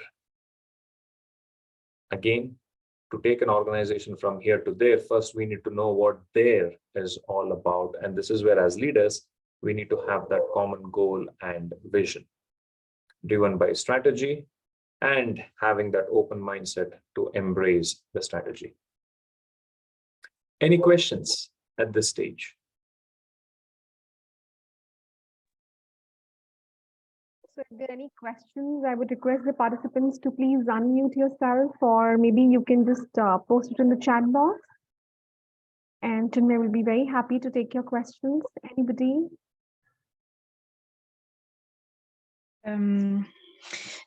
Thank you for your very interesting presentation. I want to ask about value. You made a link between change and create value. So in my experience, we create services for citizens with added value, but this added value is unclear. So how we can deal with this situation? There is added value, but it's not clear by citizens. See, this is always a constant challenge, because the value that we think is valuable for one sector of the population may not, the other sector may not see it as a value. Yes. Now, recently, in fact, 2 days back, I was invited by one of the business schools here in India to talk about the budget the finance minister of our country released last week. So again, they were asking, no, India is now, see, any economy, they are either in a saving mode or spending mode. More or less, it boils down to the same thing when it comes to even personal finance or family finance. Let's say we are assured with our salary and we are getting some passive income. Chances are we might have a spending mindset, especially in today's generation. They're more of spending mindset compared to our parents, grandparents, who were more of saving mindset. Now, the question is, do we have to spend more or do we have to save more? So this is where the balance needs to be there. Government will justify by saying by spending more on infrastructure, then we can connect the roads, we can have better railways. So this way, someone is growing some vegetable in one corner of the country will be able to sell to someone in the other corner of the country because of the demand and supply. And they will be justifying why they're spending. Now, the question is, by having those infrastructure, let's say railroads and roads, will every citizen be impacted? Will everyone see it as a value? Many people might say, you know what, I don't even drive a car, so why am I spending and wasting money on that? So this will always be a constant challenge, Camelia, when it comes to government, because you can't satisfy everyone. It's like even in a family, you know, like if you say you have got 2 kids. Now I've got one daughter who is just 2 years. In fact, she'll be turning 2 in April. And my brother's daughter, my niece, she is 6. So every time I make sure I bring something similar for both of them. And I don't want them to be like girls, only give them Barbie dolls. So I want to give them cars and to play around. So I've given them 2 cars. One is blue and one is orange. When one took orange, the other is like, no, I love blue. When one took blue, other is saying, I love orange. So this is in a family, how the tastes change. Now imagine you're talking about a country and you think you're giving them value, but the way they're going to look at it is entirely different. This is where, again, the mindset comes into picture. With the way we are spending these days, it's more of a short-term kind of a thinking. And most government will think from election to election. How can I make sure I can spend so much so that I get re-elected in the next election, rather than thinking how things are going to be 10 years, 20 years down the line. So there will be a lot of ifs and buts, and these are all the constant challenges. But again, somewhere, if we can really understand what's happening, heavily driven by data, and this is where it comes, the data will come into picture. Good that you asked me this question, because I was about to share this, Camelia. It all starts with this, capturing data. Data is like crude oil. It cannot be used as is. It has to be filtered. It has to be processed. Data filtered becomes information. And we see this information on reports. Whenever someone says, give me a report, indirectly it's saying, give me that report because I want to see some information in this. When it comes to financial reports, many people don't know how to read a balance sheet or profit and loss. if you remember the short video that I asked you to watch on YouTube, in that video, he said, the reason SEC neglected all our warning is because they don't have people who are competent enough to understand finance. Even though they were informing them, people did not know how to read these reports. So this report has to be filtered and processed so that it becomes relevant information. So top management these days, they don't want reports, they want relevant information. And this is where data visualization has come into picture. People are like, don't just throw these numbers and give me all these Excel files. Filter those information, process those information. Give me only those relevant information, because this happens only by analyzing. And that is what Dr. Eisenach did. He captured the data, what was happening in the morning, afternoon, evening, how many births happened, everything was data. And slowly he started processing it so that he came up with a report. And then once he started seeing the pattern, he started analyzing. He said, hey, baby is born in the morning, chances of survival is more than 70%. That's relevant information. Now the question is, how can all of this be communicated in simple layman language to everyone around? This is a challenge. This is the bottleneck. Yes. And if you remember the hard skill and soft skill. Sorry, you were about to say something. Go ahead. I think at this point, I agree with you. We should perhaps invest more in communicating about the value or the benefit of the service for citizens. I think we should invest more in communicating. Exactly, because see, as children, we grew up by seeing colors, by touching things. That's how we started learning. And then it was alphabets, words, stories, so on and so forth. So there was always some connection with all of this. And then we started learning numbers, which was not kind of connected with the stories. Numbers was never taught to us. Maths was never taught to us as stories as such.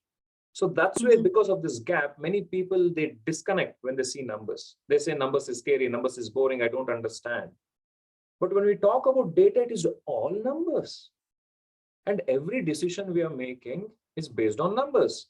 If I continue for another 10 more minutes, Geeta will say, Chinmay, your time is up, get out. Because she's looking at the time, it's numbers, and she decides. So every decision we make is directly or indirectly related to numbers. But the question is, once we have those numbers, and today we call it big data. Yes, we are capturing all this data. But are we processing and filtering and giving meaningful report? And people say, hey, there are so many sophisticated tools. We need to have this tool. We have to have that tool. And one of my mentors said, a fool with a tool is still a fool. We need to know what we're going to do with it. So once we can take all those data, filter it, process it, analyze it, and if we can effectively communicate, then ideally we should be making decisions. But unfortunately, in today's world, we are bypassing all of this and making decisions, saying that I'm the boss, I'm the decision maker, you just follow. Now I have this gut feeling that this will happen. Now I hope you all know what gut is full of. So rather than making assumptions and gut feel and so on and so forth, how about we balance it, we compare it, we analyze it with data? I believe that is where the data-driven decisions will really help us, rather than making assumptions. Previously now, today to a great extent, we can predict what will be the weather tomorrow, day after, so on and so forth. Imagine with that power of data, with that kind of predictive analysis, if we are informing the farmers, rather than growing tomatoes, grow potatoes, or so on and so forth. And imagine if we know which farmer is growing what, because sometimes here in India, you might have seen in news, I'm not sure if it's broadcasted there. Sometimes farmers will throw all the tomatoes that they have grown on the road, telling the government that there is no one to buy this. Because there has been so much of supply, very less demand. But somewhere in the other part of India or other part of the world, people might need tomatoes. So how can we make sure we balance the demand and supply? Again, by making sure we have all this data. How can that be effectively communicated? By making sure we have those data captured. So this is where data-driven decision will really help us. Mm-hmm.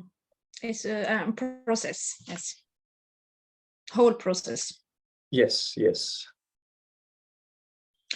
Thank you. All good. Well, we still have a few more minutes. If there are any questions, we'd be happy to answer.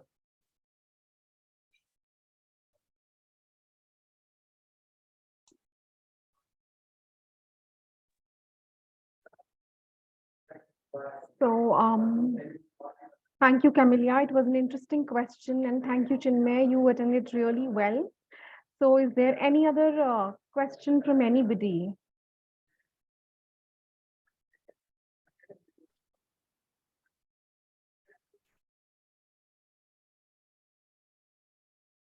Please feel free to clear your doubts.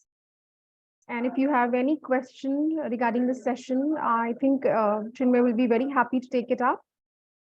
So I see something is there in the chat.